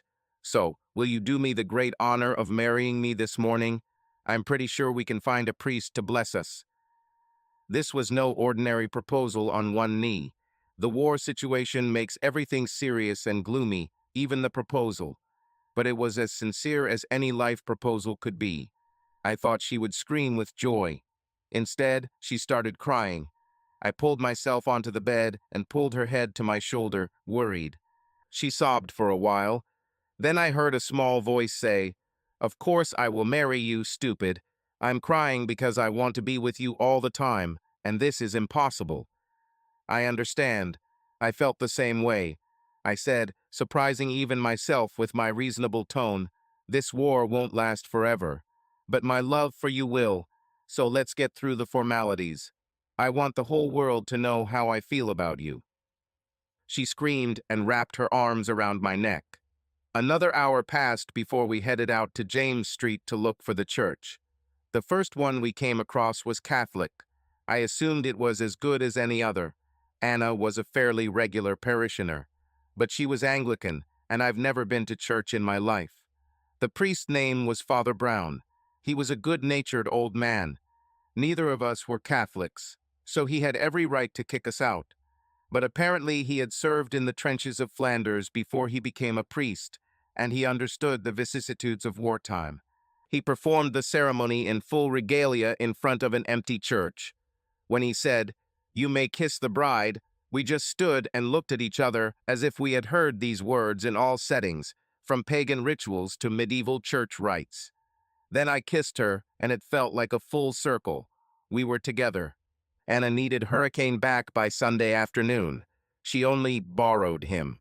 Luckily, the duty officer for the weekend was American pilot Jackie Cochran, and she had a heart of gold. So Jackie sent Anna to Middle Wallop for a test flight. Our parting was much less emotional than before. It was because we were only 60 miles apart, and she had a small diamond ring on the third finger of her hand. She took off and returned over the field with 6 points, made a spiral turn, and disappeared to the east. I looked at her until Hurricane became an invisible point in the sky.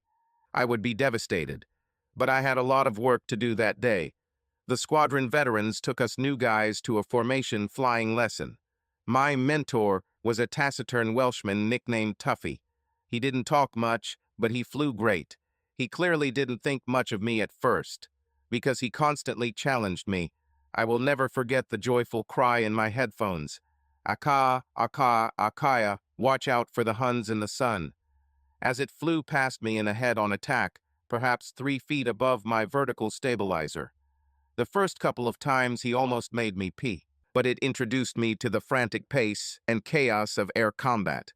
We had not flown for more than a week when Herr Goering launched something called a Glur Tag. I think that means Eagle Day.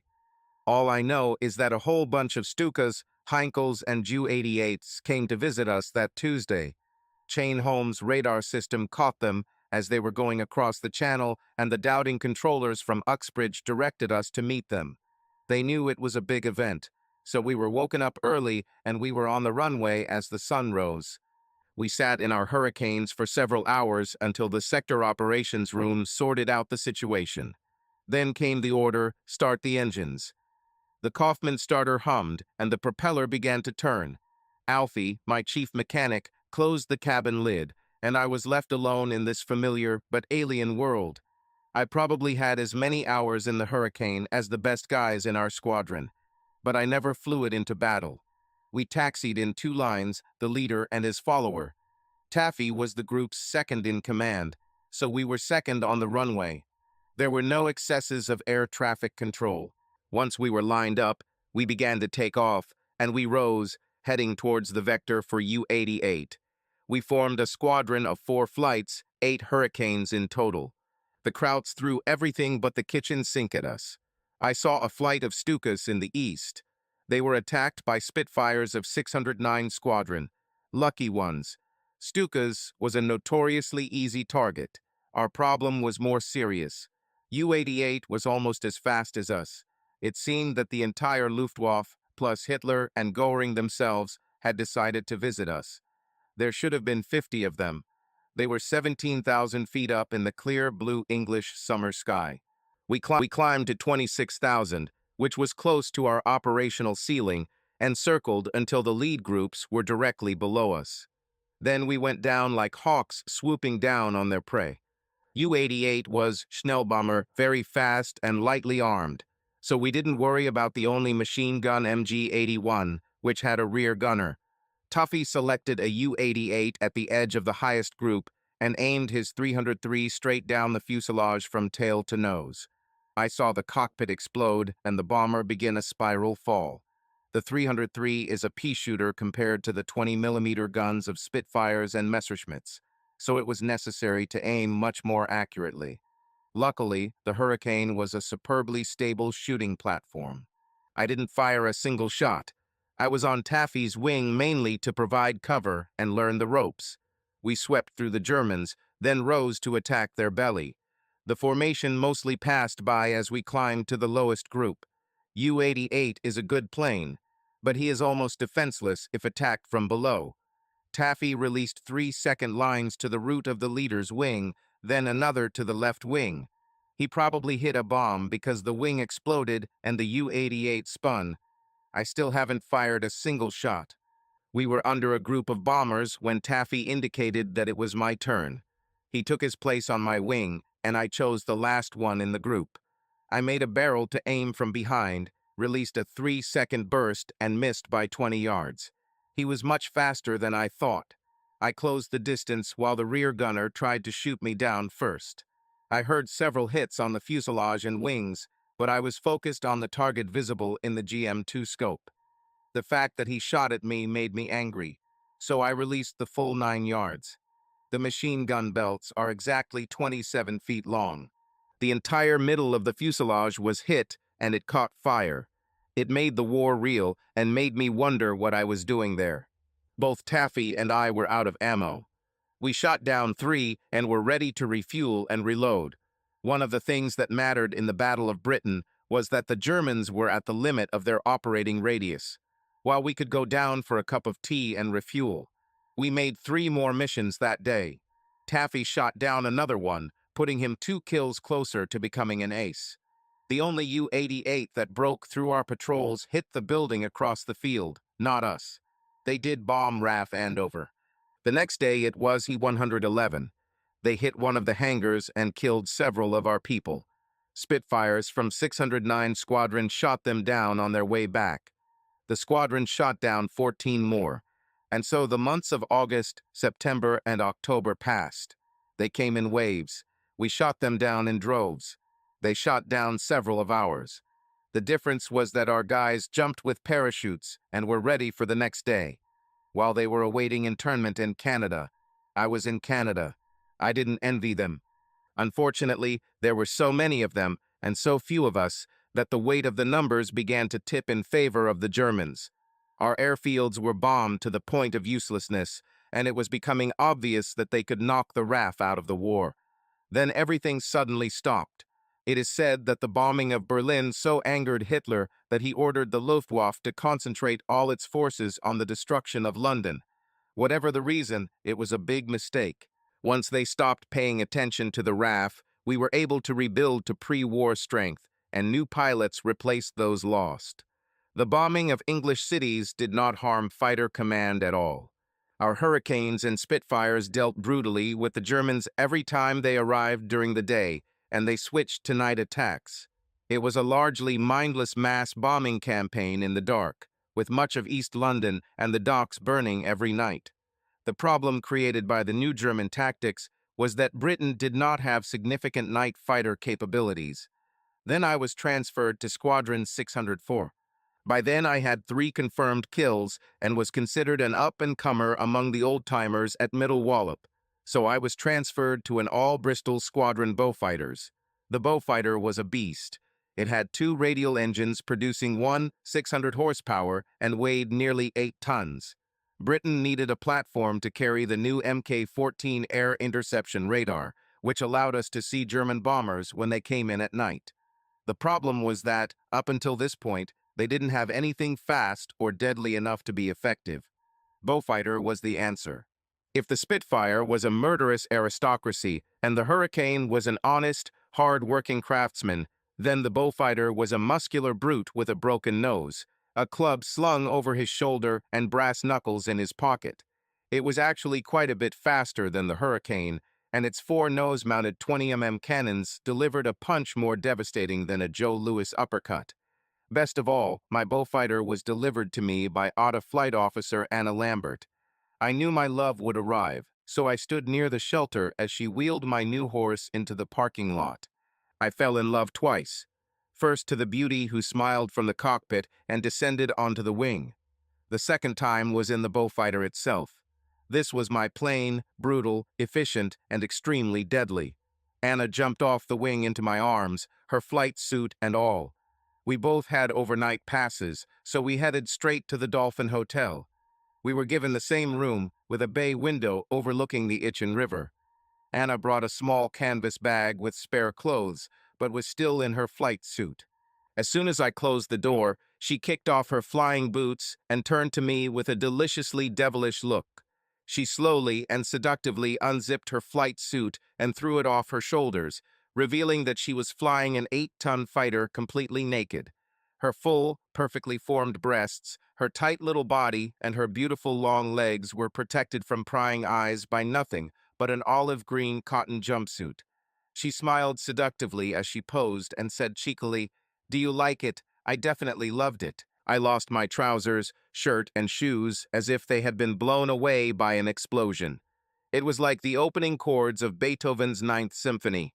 You may have heard this 100 times, but it still touches you. I looked at her gorgeous face. It shone with adoration. I said simply and humbly, "I love you." She whispered, "I love you too." She giggled and said, "You really didn't have to love me to death.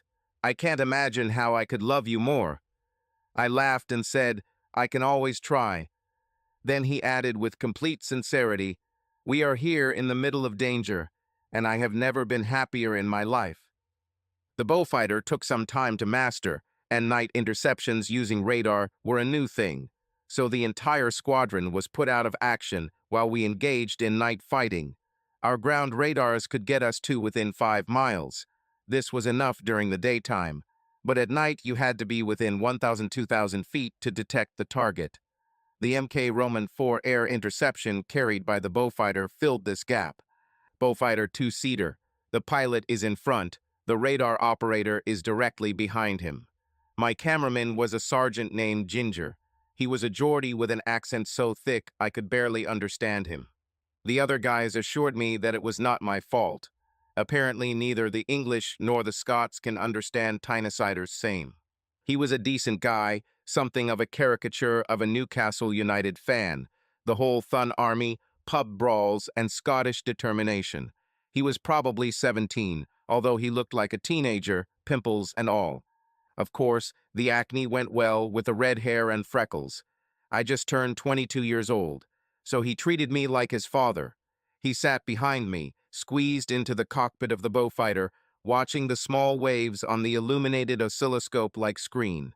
Somehow he could tell where the targets were based on what he saw, and he took over navigation as soon as Dowling's controllers Uxbridge directed us to the general area. We first tried this with interceptions of our own aircraft. Outside the cabin, there was nothing but stars at 19 feet, pitch black below. Ginger was pointing out courses, and I was flying blind. We made several course and altitude changes when he confidently said, "He's on your starboard side." I looked, and sure enough, the Wellington target was 1,000 feet away. I announced over the general frequency, "You have just been shot down." And the Wellington pilot serenely replied, "Thanks for the attack, old man." We conducted these training operations almost every night for a week. Then we were ready for real combat. By this time, my Beaufighter was painted black with gray spots for camouflage. We were almost invisible at night. Unlike daytime operations, our night fighters took off like solitary birds of prey. We carried one external tank so we could circle high above the bombardment streams while awaiting direction. It must have been a busy night for the Germans because we had not been in position for more than a few minutes when we received the first call. 3 targets were heading towards the Isle of Dogs. We were circling 20,000 feet above Croydon, so we were given a task. Dowling's controllers directed us towards Bromley. But of course, we could not see the Germans, who could be at an altitude of 25,000 feet all the way to the ground. However, Ginger almost immediately discovered them flying at 15,000 feet. These were Heinkel 111s, better armed than Junkers 88s and Dorniers, but slower. They were the workhorse of the Luftwaffe due to their carrying capacity. I was counting on the striking power of the Beaufighter and the fact that we were more or less invisible to the lower and upper gunners as we sneaked up on the 111 from the left side of the squadron. They cruised rather than fly at full speed, apparently trying to save fuel. But this was their fatal mistake. I leveled my unsuspecting victim, approaching at an easy shooting distance. The bullfighter was a silent and invisible predator, sneaking up on an unsuspecting victim. It almost seemed unfair. 20mm guns pack a devastating punch, and there was the added benefit of having them right in front of me, so all I had to do was aim the plane. The problem was that they were so powerful that they dropped the nose when fired. I fired a short burst and immediately pulled the stick towards myself to aim at the leader. I didn't even have to look at my first victim. My 20s tore off his left wing and he began to roll over. He didn't even know what hit him. The leader must have seen what happened because he began a right turn and the bottom gunner opened fire. The German shot wildly because he still didn't see me. 20mm the shells hit the bomb bay directly behind the lower gunner and blew up the entire Heinkel. I was busy for a few seconds dodging the flying pieces of the bomber. While I was doing this, the last 111 turned right and disappeared, heading home. I would have chased him, but I ran out of ammunition. 20mm guns are known for their voracious consumption of ammunition. When I returned, there was a bit of a celebration. The last Heinkel made me an ace, just like my father. I immediately called Anna. I wanted to brag a little. I'm told she's delivering the Sterling for Coastal Command. It was a relatively short flight from Stoke to St. Aval in Cornwall, where she was delivering him, and she was due back by mid-afternoon. I told them to call me when she gets back. Then I went to bed, getting some well-deserved rest. I wanted to rest because I still had to return to the office in the evening. I had been asleep for about 4 hours when one of the squadron staff clerks woke me up. He said seriously, "The governor wants to talk to you." It was Squadron Commander Michael Anderson. Mike was a handsome man in his late 30s, always cheerful in the pub. So I was in a good mood as I walked up to his door. I thought he probably wanted to congratulate me on receiving the title of ace. I knocked and heard, "Come in." Mike sat at his desk with a pipe in his mouth. He looked gloomy. I thought, "Oh, what is this?" He said, "Sit down, Tom. I have very bad news." My first thought was my father. I felt a wave of sadness. This thought was destroyed by his next words. He said sadly, "We have just received word that the Sterling your wife was piloting was shot down over the Bristol Channel. She went straight down. There are no survivors. I'm so sorry, old man." How to react to news that ruins your life. My precious wife, destroyed by the merciless whim of war. Everything else could have happened and I would have survived. But it was unbearable. I was alive and breathing temporarily, but I was a dead man. Anderson looked at me as if a parachute mine had just landed on his visitor's chair. He didn't need to worry. I no longer had a soul. All I have left on this earth is one last task. I said softly, "Who hit her?" Anderson answered carefully, "It was the 109th. The women in the accompanying Sterling said it was one of the guys from Abbeville. These bastards were flying Messerschmitts with a distinctive yellow nose. I had no idea what one of them was doing over the Bristol Channel during the day, but it made sense. He must have acted on his own after escorting bombers to Bristol or Cardiff. I sat there for ages. Anderson smoked his pipe and waited. Finally, I sighed and said, "Well, I can't help it. Thanks for telling me." He looked surprised. I guess he was expecting an explosion. There will really be an explosion, but not in his office. I said, to make sure he didn't get in my way, "I'm ready for duty, sir. I just need time to mourn. I'll be in the air tonight." I turned and walked out of his office before he could stop me. I tried to act as normal as possible for the next few weeks. A small commemoration was held in Maidenhead. Her parents were there, and so was I.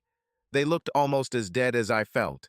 I tried to say a few words, but despair was my only friend now, and melancholy was its eternal companion.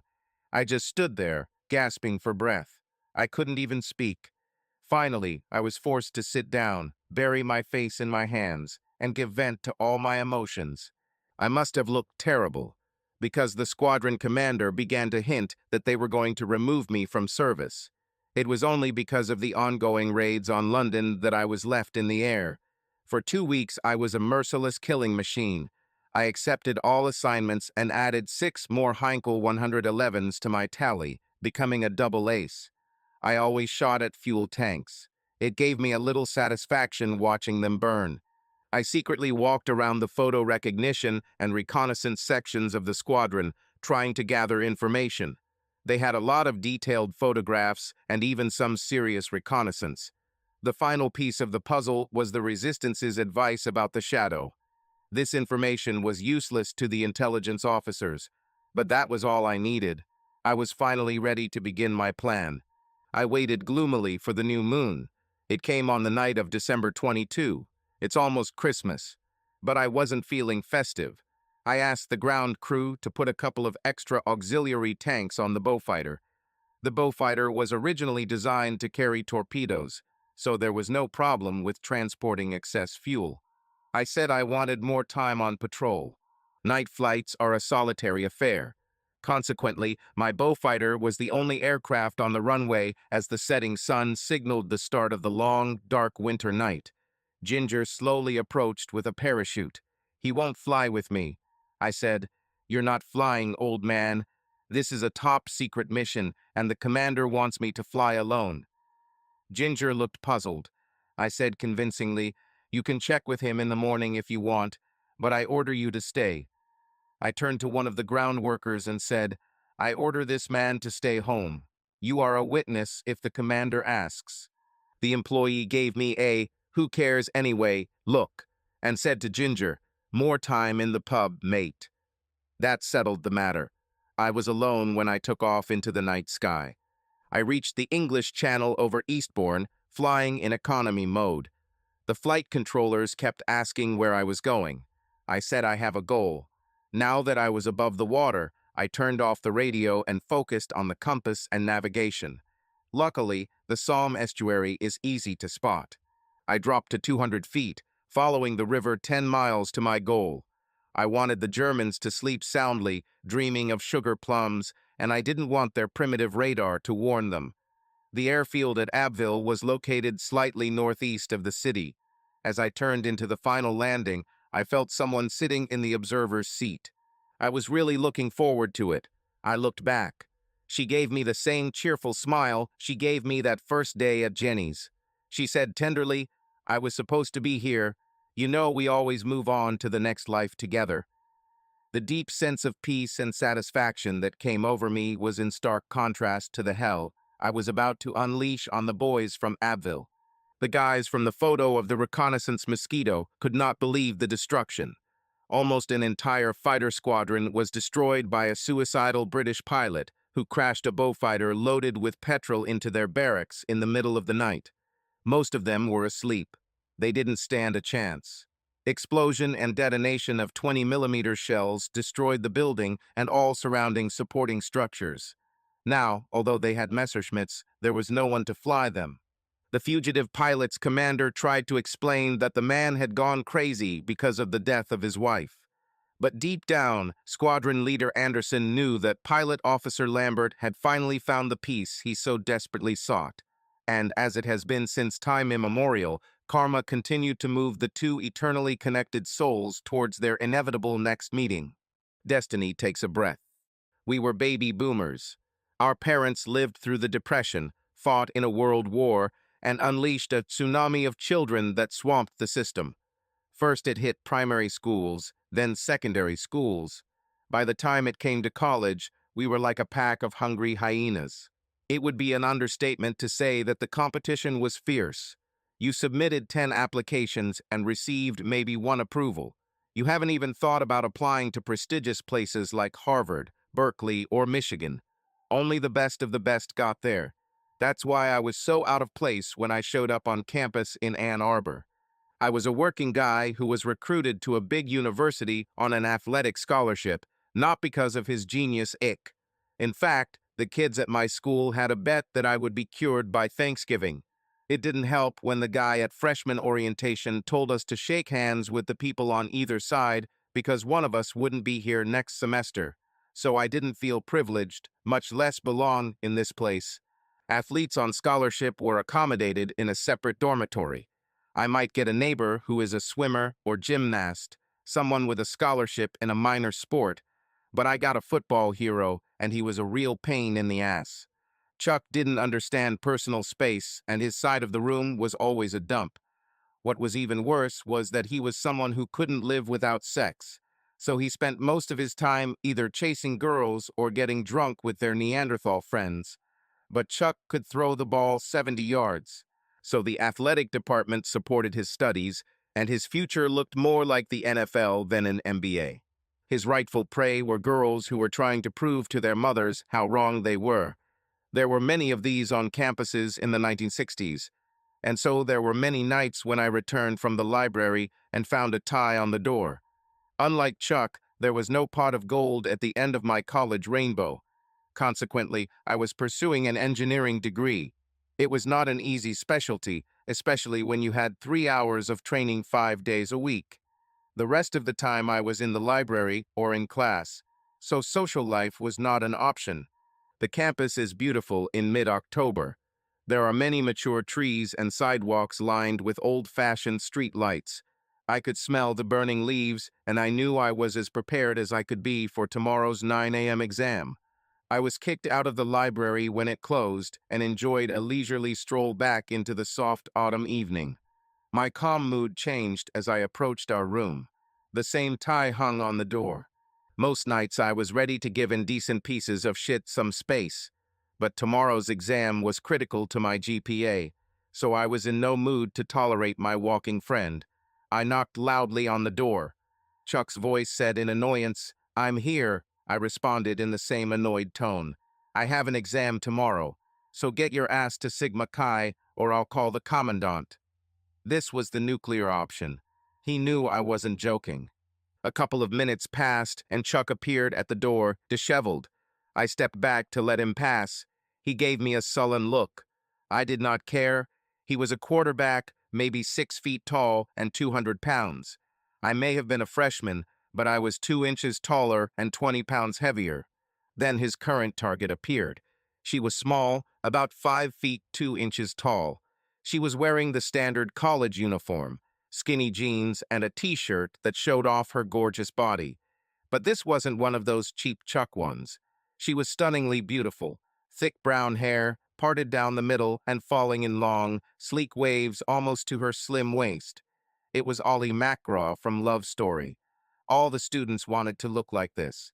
This girl has achieved this perfection. Her shining hair framed her perfectly proportioned, heart-shaped face. She had high cheekbones, a beautiful, slightly upturned nose, a wide mouth with full, sexy lips, and incredible blue eyes. She tried to avoid my gaze because she was experiencing a walk of shame. But she had to look at me as she passed by. We both sighed. It was like standing in a tunnel and seeing a locomotive rushing towards you. I immediately realized that I was ready to sacrifice everything so that this woman could become mine. I just stood there, mouth agape, like an idiot. She froze in the doorway, covering her mouth with one hand and pressing her big hands with the other. Round breasts. An awkward amount of time passed. We both knew that something very important was happening. Chuck might have been a little dense, but he felt there was a spark between us. He grabbed my mystery woman's hand and said roughly, "Come on, Annie. We can finish what we started at the Sigma Chi house." I looked longingly up the hallway as her perfect round ass moved towards the elevator, and she turned around and looked at me with a look of confusion and longing. I knew where Chuck was taking her and what they were going to do. The blow of jealousy was overwhelming. I wasn't just worried that Chuck was going to sleep with her. The idea that she had ever been with another man irritated me wildly. It was a scary feeling. I passed the exam with flying colors, although I barely slept. Chuck didn't come all night. I returned from the exam around 10:30 in the morning, and he was unconscious. The acute pain of jealousy almost knocked me off my feet. I had a swim that day, so I went to bed too. I woke up just in time to warm up for the competition. Chuck was gone, probably on round 2, having fun with the other half of my soul. I took a few deep breaths to clear my mind. When you're swimming, you sit there, bored, waiting for one incredibly stressful moment.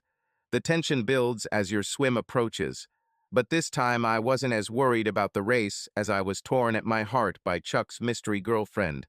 It was ridiculous to suffer for a person you didn't even talk to. But I felt a connection. I saw it in her eyes. The word soulmate seems so trivial. I'm embarrassed to use it. But there is no other way to describe what this woman meant to me. Then they called my swim. Competing requires concentration, which was exactly what I needed. I had to stop brooding about a woman I didn't really know. It was alarming. She's probably with my useless roommate right now. But I couldn't imagine my life without her. To put it mildly, I was confused. That day I competed in the 200m butterfly, which was definitely not my best stroke. But the guy who usually did it got the flu.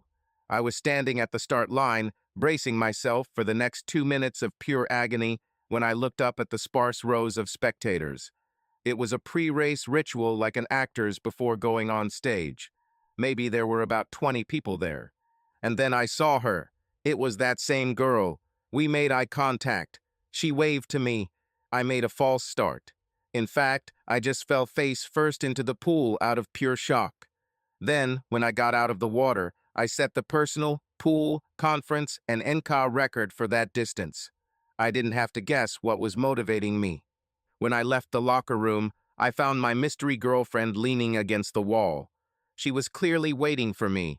She looked calm and stunningly beautiful. She came up to me, stood right in front of me, and looked at me thoughtfully, like at some kind of exotic animal. Then she simply said, "We need to talk." Confused, I said, "How about Dominic? It's just a few blocks from here." She simply nodded and walked forward. I hurried to catch up with her, not forgetting to note how attractively her ass moved. I ordered us a pitcher of sangria, and we sat under the pergola on a beautiful October day. The campus around us was buzzing with activity.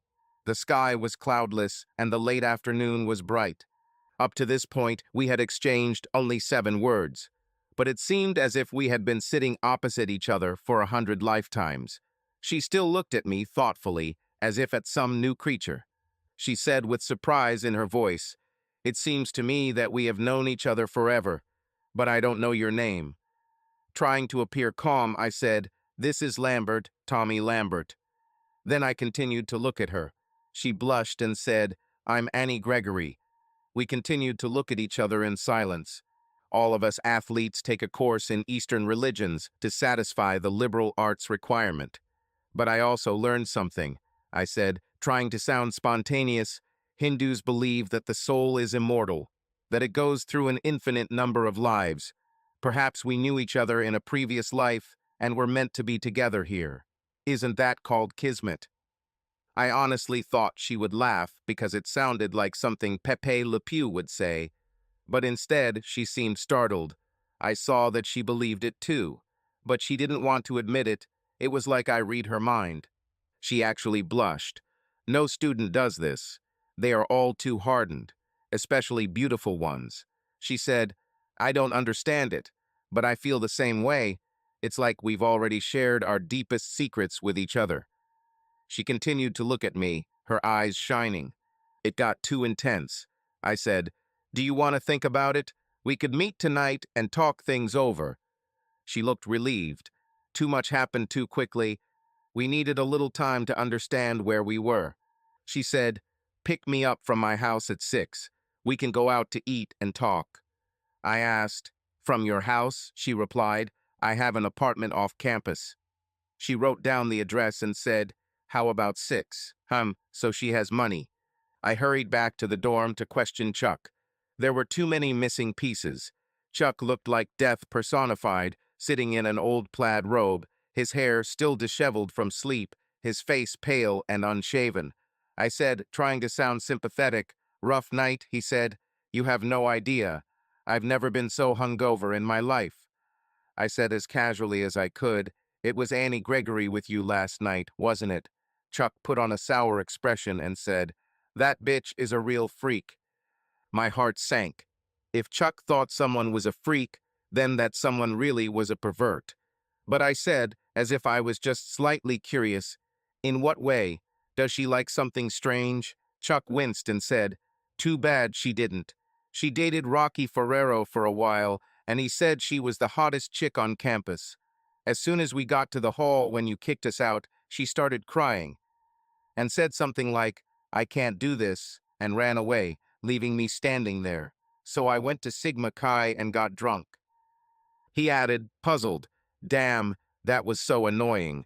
She's the prettiest bitch on campus. But I don't understand what the hell is going on in her head. Nobody turns down the chance to sleep with me." My heart soared. He didn't sleep with her. The fact that the love of my life was the hottest girl on campus was a little unsettling. But these were the days of Aquarius, the pill and free love. I thought, we hadn't met yet.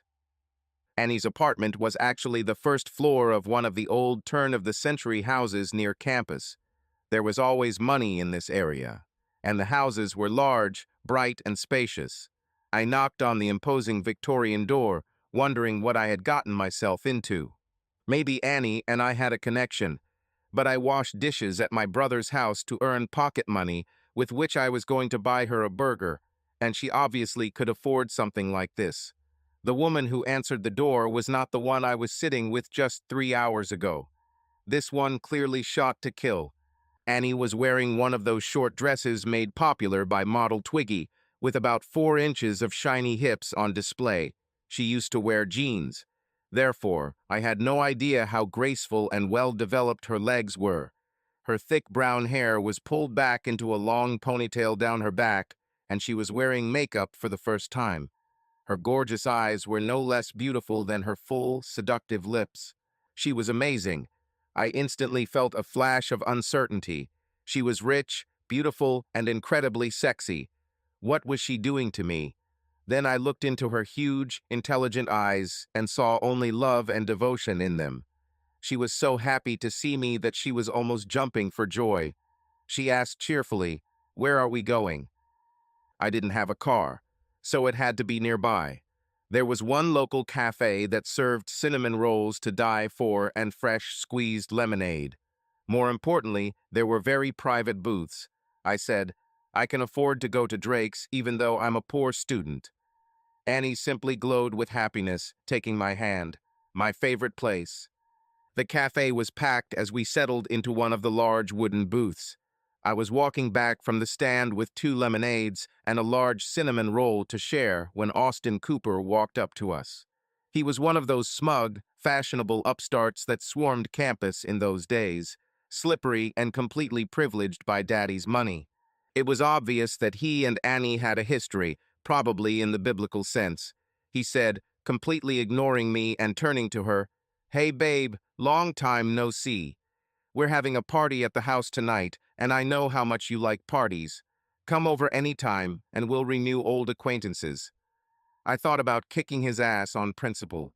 Annie looked at this nonentity as if she had difficulty remembering him. Then she said, as if remembering, "Oh yes, I remember you now. You're Austin, right?" It immediately moderated his ardor.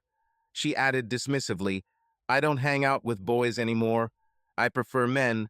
Meet my fiancé Tommy." Did she just say fiancé? Okay, I can live with that. I stood up and extended my hand. I was taller than him by 5 inches and heavier by a good 60 pounds. He instinctively retreated, scared. I said suggestively, "Hi, I'm Tom Lambert, and now the only one Annie will have sex with is me." He looked me up and down and said disdainfully, "All you'll do is join the long line of guys who slept with her." Then, without shaking my hand, he turned and left. He was furious. How wonderful. I sat back down and said calmly, "Nice guy." Annie's face turned bright red. She was so angry that she was almost foaming. She said, "I don't know what came over me. He's a complete asshole. I swear you can count the guys I've slept with on one hand. But the rumors keep going." She gently took my hand. She said, "I always knew you were out there somewhere. I just had to kiss a few frogs to find you." Then she added, embarrassed, "Your neighbor looked more like a horned toad. As soon as I saw you, I knew who you were. So I just ran away." He was furious. Chuck has already made that clear. My instincts told me Annie was telling the truth. But it didn't really matter. I've been waiting for this woman all my life. She said timidly, "Can we go back to my place?" I knew what she wanted, and that was the problem.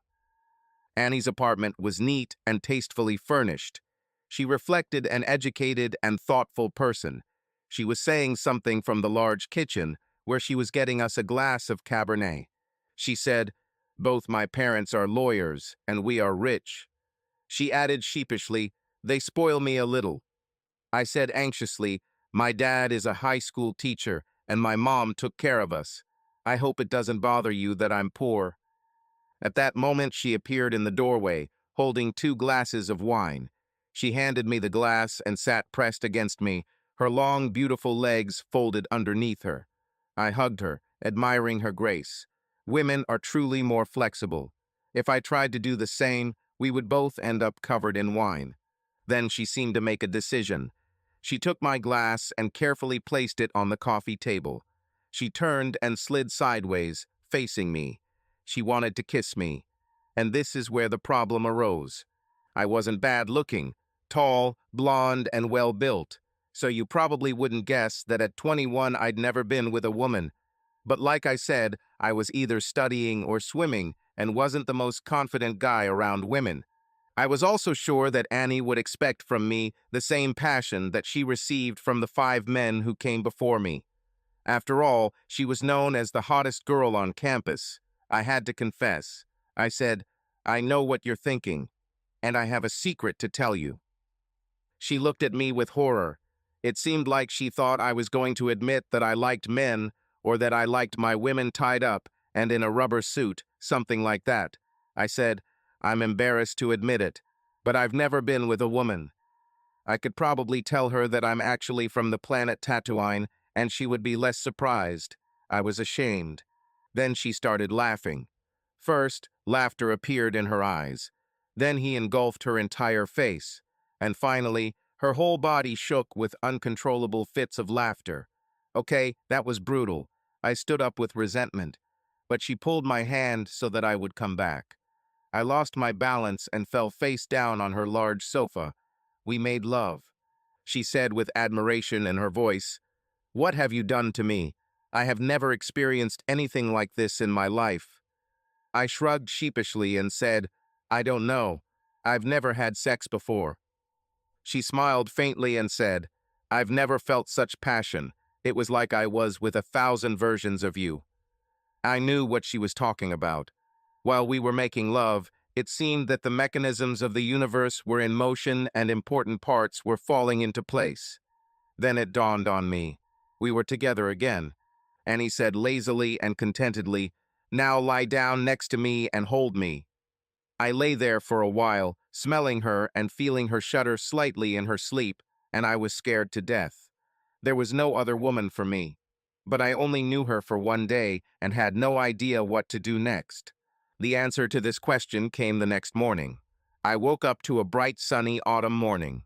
Her apartment was in a solid 19th century building. There were floor-to-ceiling windows, not the small windows we see in modern houses, and sunlight streamed into the room. Annie lay in my arms in the same position in which I held her when we fell asleep. I said, "If I never see you again, I will cherish the memories of what we shared for the rest of my life." She looked at me like I was a complete idiot and said cheerfully, "What makes you think you could ever leave me? We found each other. You are mine. We are forever lovers, and I will never let you go." The universe seemed to return to normal. I no longer spent nights in the hostel. Annie had a wonderful apartment, so I just packed my things and moved in with her. We got married at the end of the semester and spent the next 3.5 years living the kind of blissful life lived by people who truly enjoy each other's company. Sometimes I met Chuck. He gave me that look. He couldn't seem to understand it. But guys like Chuck would never understand. For him, marriage was about sex. And Annie and I had an alliance. And a person can survive anything if he has the right partner in life. Annie always planned to go to law school, so I got my master's degree in aerospace engineering. You couldn't grow up in the early years of the space race and not be fascinated by human spaceflight, and the Aerospace Research Center on North Campus was where the Mercury astronauts trained. I then took a job at the Goddard Space Flight Center in Greenbelt, Maryland. The Manned Spacecraft Center in Houston was the mission control center for the Apollo program, so they got all the television glory. But it was in Greenbelt that flight trajectories were calculated. We made every mission possible. They called me Fido, not a dog, but a flight dynamics officer. My group worked on stability and controllability calculations for the Apollo launches. We calculated the orbital trajectory and loaded the timing, angles, and momentum data into the Saturn V launch vehicle. We also calculated lunar insertion vectors for the command service module after orbital entry. My first launch was Apollo 10, which was a test run before the lunar landing. I shadowed the senior flight dynamics officers, overseeing the loading of data into the onboard SCVS. The SCM was the Apollo Flight Control Computer. Each Apollo mission was controlled by a single capsule SCV with a memory capacity of 4 kilobytes, about the same as the subsequent Apple Roman II. There is no doubt that programming was extremely difficult. I was already an experienced specialist by the time of Apollo 11. I remember spending the morning of July 16th sitting at the console as we loaded updates onto the Saturn V launch vehicle on pad 39A. I was just an extra, but it was unforgettable. I became a senior flight controller by the time of Apollo 13. This was the second time I touched history. I led a team that improvised a critical DSM boost to bring the astronauts back after they had a problem. Meanwhile, Annie gradually got used to her new job as a federal district attorney. What? Fed? Her decision shocked everyone. We just assumed she would take her talents to one of the Beltway firms. But Annie always saw the big picture and knew that too many young lawyers only think about their careers. My wife was new to the Department of Justice. That's why she got difficult cases. This was joyful because it meant that I could now support her. My work was logical and precise. Everything we did was predictable. I showed up on time, got home when I was supposed to, and Annie's life was full of surprises. Her days were a lottery. So I would return home at my usual time, and my wife would come home later, exhausted. I would cook dinner, and then we would spend quiet evenings just enjoying each other's company. Of course, this often resulted in greater stress relief. But all we really cared about was being together, and the evenings were the best part of our day. 100 years ago, Dickens called a year like 1968 the age of disbelief. Distrust is the right word. It seemed like the world had gone crazy. The year started with the Tetsky Offensive. Then 2 social icons were assassinated, first King, then Bobby Kennedy. Between them, the assassination attempt on George Wallace proved that old-fashioned racists were not immune to assassins' bullets either. Then there was the Democratic National Convention. This quickly escalated into what could be described as an all-out culture war. I tell this because it was the backdrop to the 1968 presidential election. That election included 2 extremely unpopular candidates, Richard Nixon and Hubert Horatio Humphrey. The Vietnam War took away Humphrey's support, allowing Nixon to narrowly win. So now the war was on the conscience of the Republicans. Almost immediately, Tricky Dick began escalating hostilities in Vietnam. This drove the anti-war movement into a frenzy. Therefore, Democrats believed that Nixon would be an easy target in the 1972 election. Nixon's opponent was George McGovern, a social warrior with bold ideas and impeccable countercultural glances. At the same time, Slippery Dick's approval rating hovered around 40%. Something had to be done. That something began just after midnight on Saturday, June 17, 1972, when D.C. cops caught 5 guys stealing Democratic Party headquarters. The FBI quickly linked the break-in to a black cash register used by Nixon's re-election committee, and feces ended up on a rotating object. Nixon swore on a stack of Bibles that he didn't do it, and then crushed McGovern in an epic victory. This should have ended the matter. But almost immediately, articles began appearing in the Washington Post, hinting that the Watergate break-in and the attempted cover-up had reached the Oval Office. Everyone wondered where the reporters got their information. Around December 1972, I began to notice that Annie was keeping secrets. Up to this point, we were what sociologists call a binary pair. That is, our connection was absolute and only with each other. Now it seemed that some mysterious force was stealing some of Annie's attention. The main symptom was absent-mindedness. Sometimes she would disappear at strange times. Sometimes I returned home later than usual. Sometimes she came home and left again. A less confident man could hire a private detective or wiretap his home phone. But it never occurred to me that my wife would cheat. However, Annie was clearly busy with something and did not share it with me. This was a wake-up call. Our partnership was built on trust, and trust requires complete honesty. So I had no problem sitting my wife down one snowy evening in January 1973 and asking her point blank what the hell was going on. Surprisingly, she became nervous and began to fidget. It was obvious that she didn't want to tell me. I said, worried, "I know something strange is going on. We're too close for me to notice. We've always shared the bad with the good, so spill it." Annie looked truly scared. She said, "I won't let it affect you." Now, some men might take this as a confession, but 100 incarnations of our love have told me that my wife is in trouble. I moved to the couch opposite her, took her small hands in mine, leaned down and looked into her beautiful eyes. They were full of love and doubts. I said, "We vowed to be together through thick and thin. Whatever hurts you hurts me. Let's get through this together." Annie still hesitated. She said, "I love you. I will always love you. But they are too strong. Your life will be in danger if I tell you." Then she said with real sadness, "They kidnapped Martha Mitchell because she knew too much. I can't imagine what they'd do to you if they found out." It was an astonishing statement. Martha Mitchell was the wife of the United States Attorney General. I said, alarmed, "What are you talking about? Who would be crazy enough to threaten John Mitchell's wife? Who are they?" She looked at me pleadingly. I saw that she had made a decision. She said firmly but gently, "This is none of your business. This is something I have to do. You just need to trust me." I said, "This is a very big request, my love, because you just told me that you are in danger and want me to stay away. This leaves me with a moral dilemma. Should I insist that you include me in this, or should I step aside and let you handle it? There's a lot of anxiety in both cases for me." She continued to look at me pleadingly. I had to trust our connection. I said hesitantly, "But I respect you, so I will go through this blindly as a tribute to our love."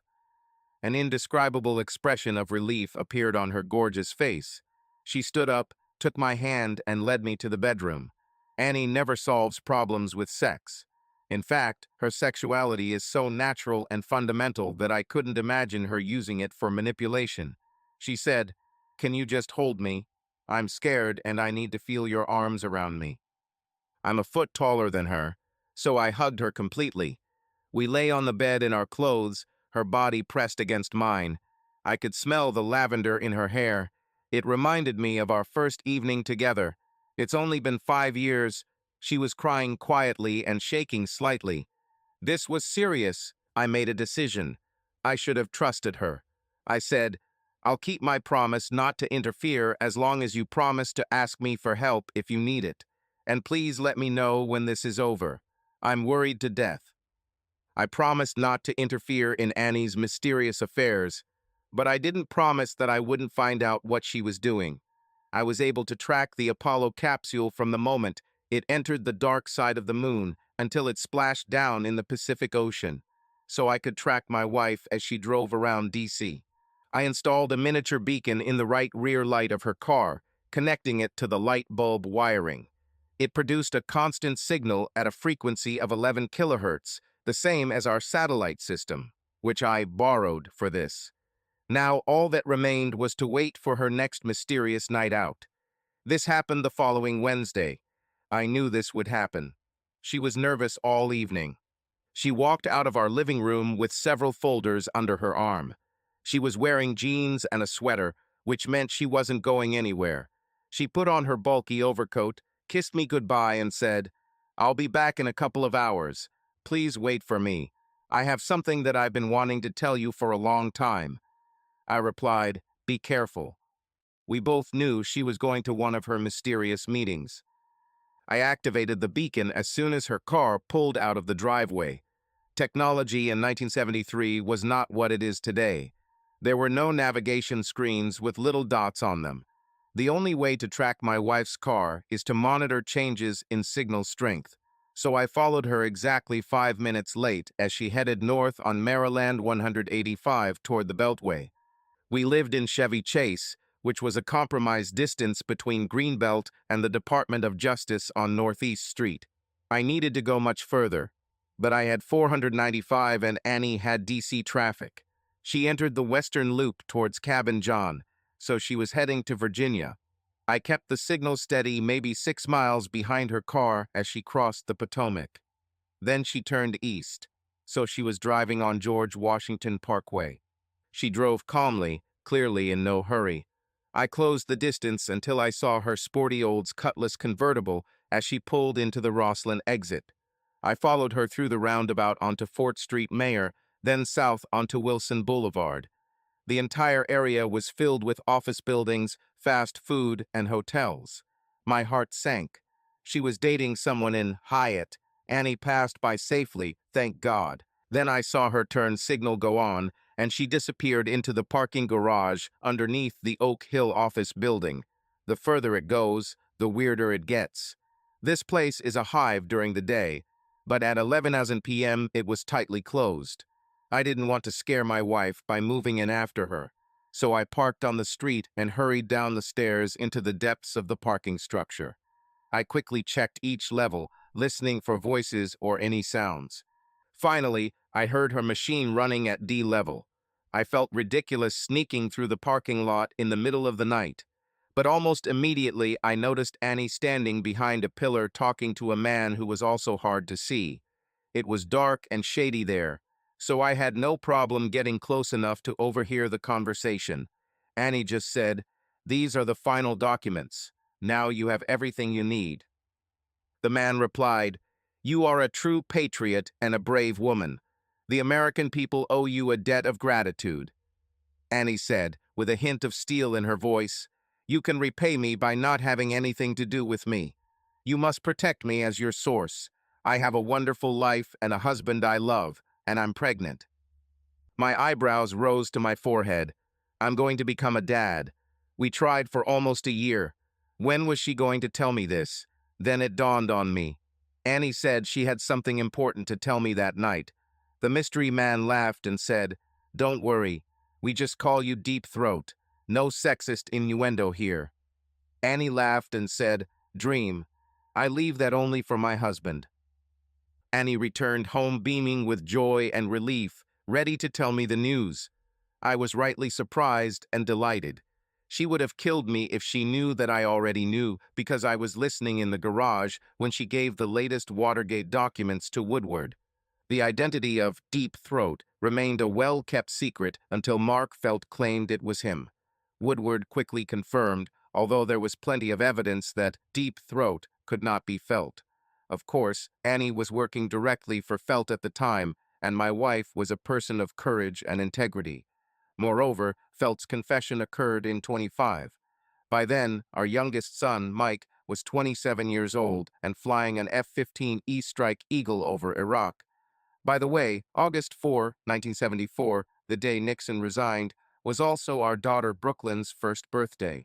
You don't think about the ending until you reach it. It's a shame, because the end of life is the time when all the important questions are asked. Have you justified your existence? Did it add some value? Or was he a waste of oxygen, taking more than he gave? Your story has already been written. Therefore, the ending cannot be changed. I was happy with my life. I was engaged in interesting work that contributed in some way to the progress of mankind. I was the father of 3 beautiful children. They grew up to be successful and, more importantly, decent people. But the main consolation in my old age was the love of the woman who sat next to me on a small stone bench in our favorite place overlooking Saline Point. I had several lucrative patents, and Annie retired as a county judge. The weather in Maryland in the winter is oppressive, but the climate in the Windy Islands is always ideal. So we bought a house on the north shore of St. Lucia. I was still able to do a few laps in our Olympic-sized pool, but the old man persistently stood between me and the mirror. Of course, Annie didn't age, at least in my eyes. Alarm bells have been ringing in my head for weeks. It wasn't anything specific, just a feeling. But it didn't go away. I turned to my dear wife and said with too much worry in my voice, "I would be lost without you." Her eyes frowned with worry. We were married for over 50 years. She knew what I meant. She said, "I know that. That's why I know you'll be there if I go first." I said, "I think it'll be the other way around, my love. But anyway, thank you for this life." I looked into her tender eyes, and the love I felt for her was reflected back with full force. We kissed like eternal lovers. The light breeze intensified. The sun was shining brightly. It was hot in the tropics, but I felt cold fingers touching my shoulder. Annie ran up the hill towards me.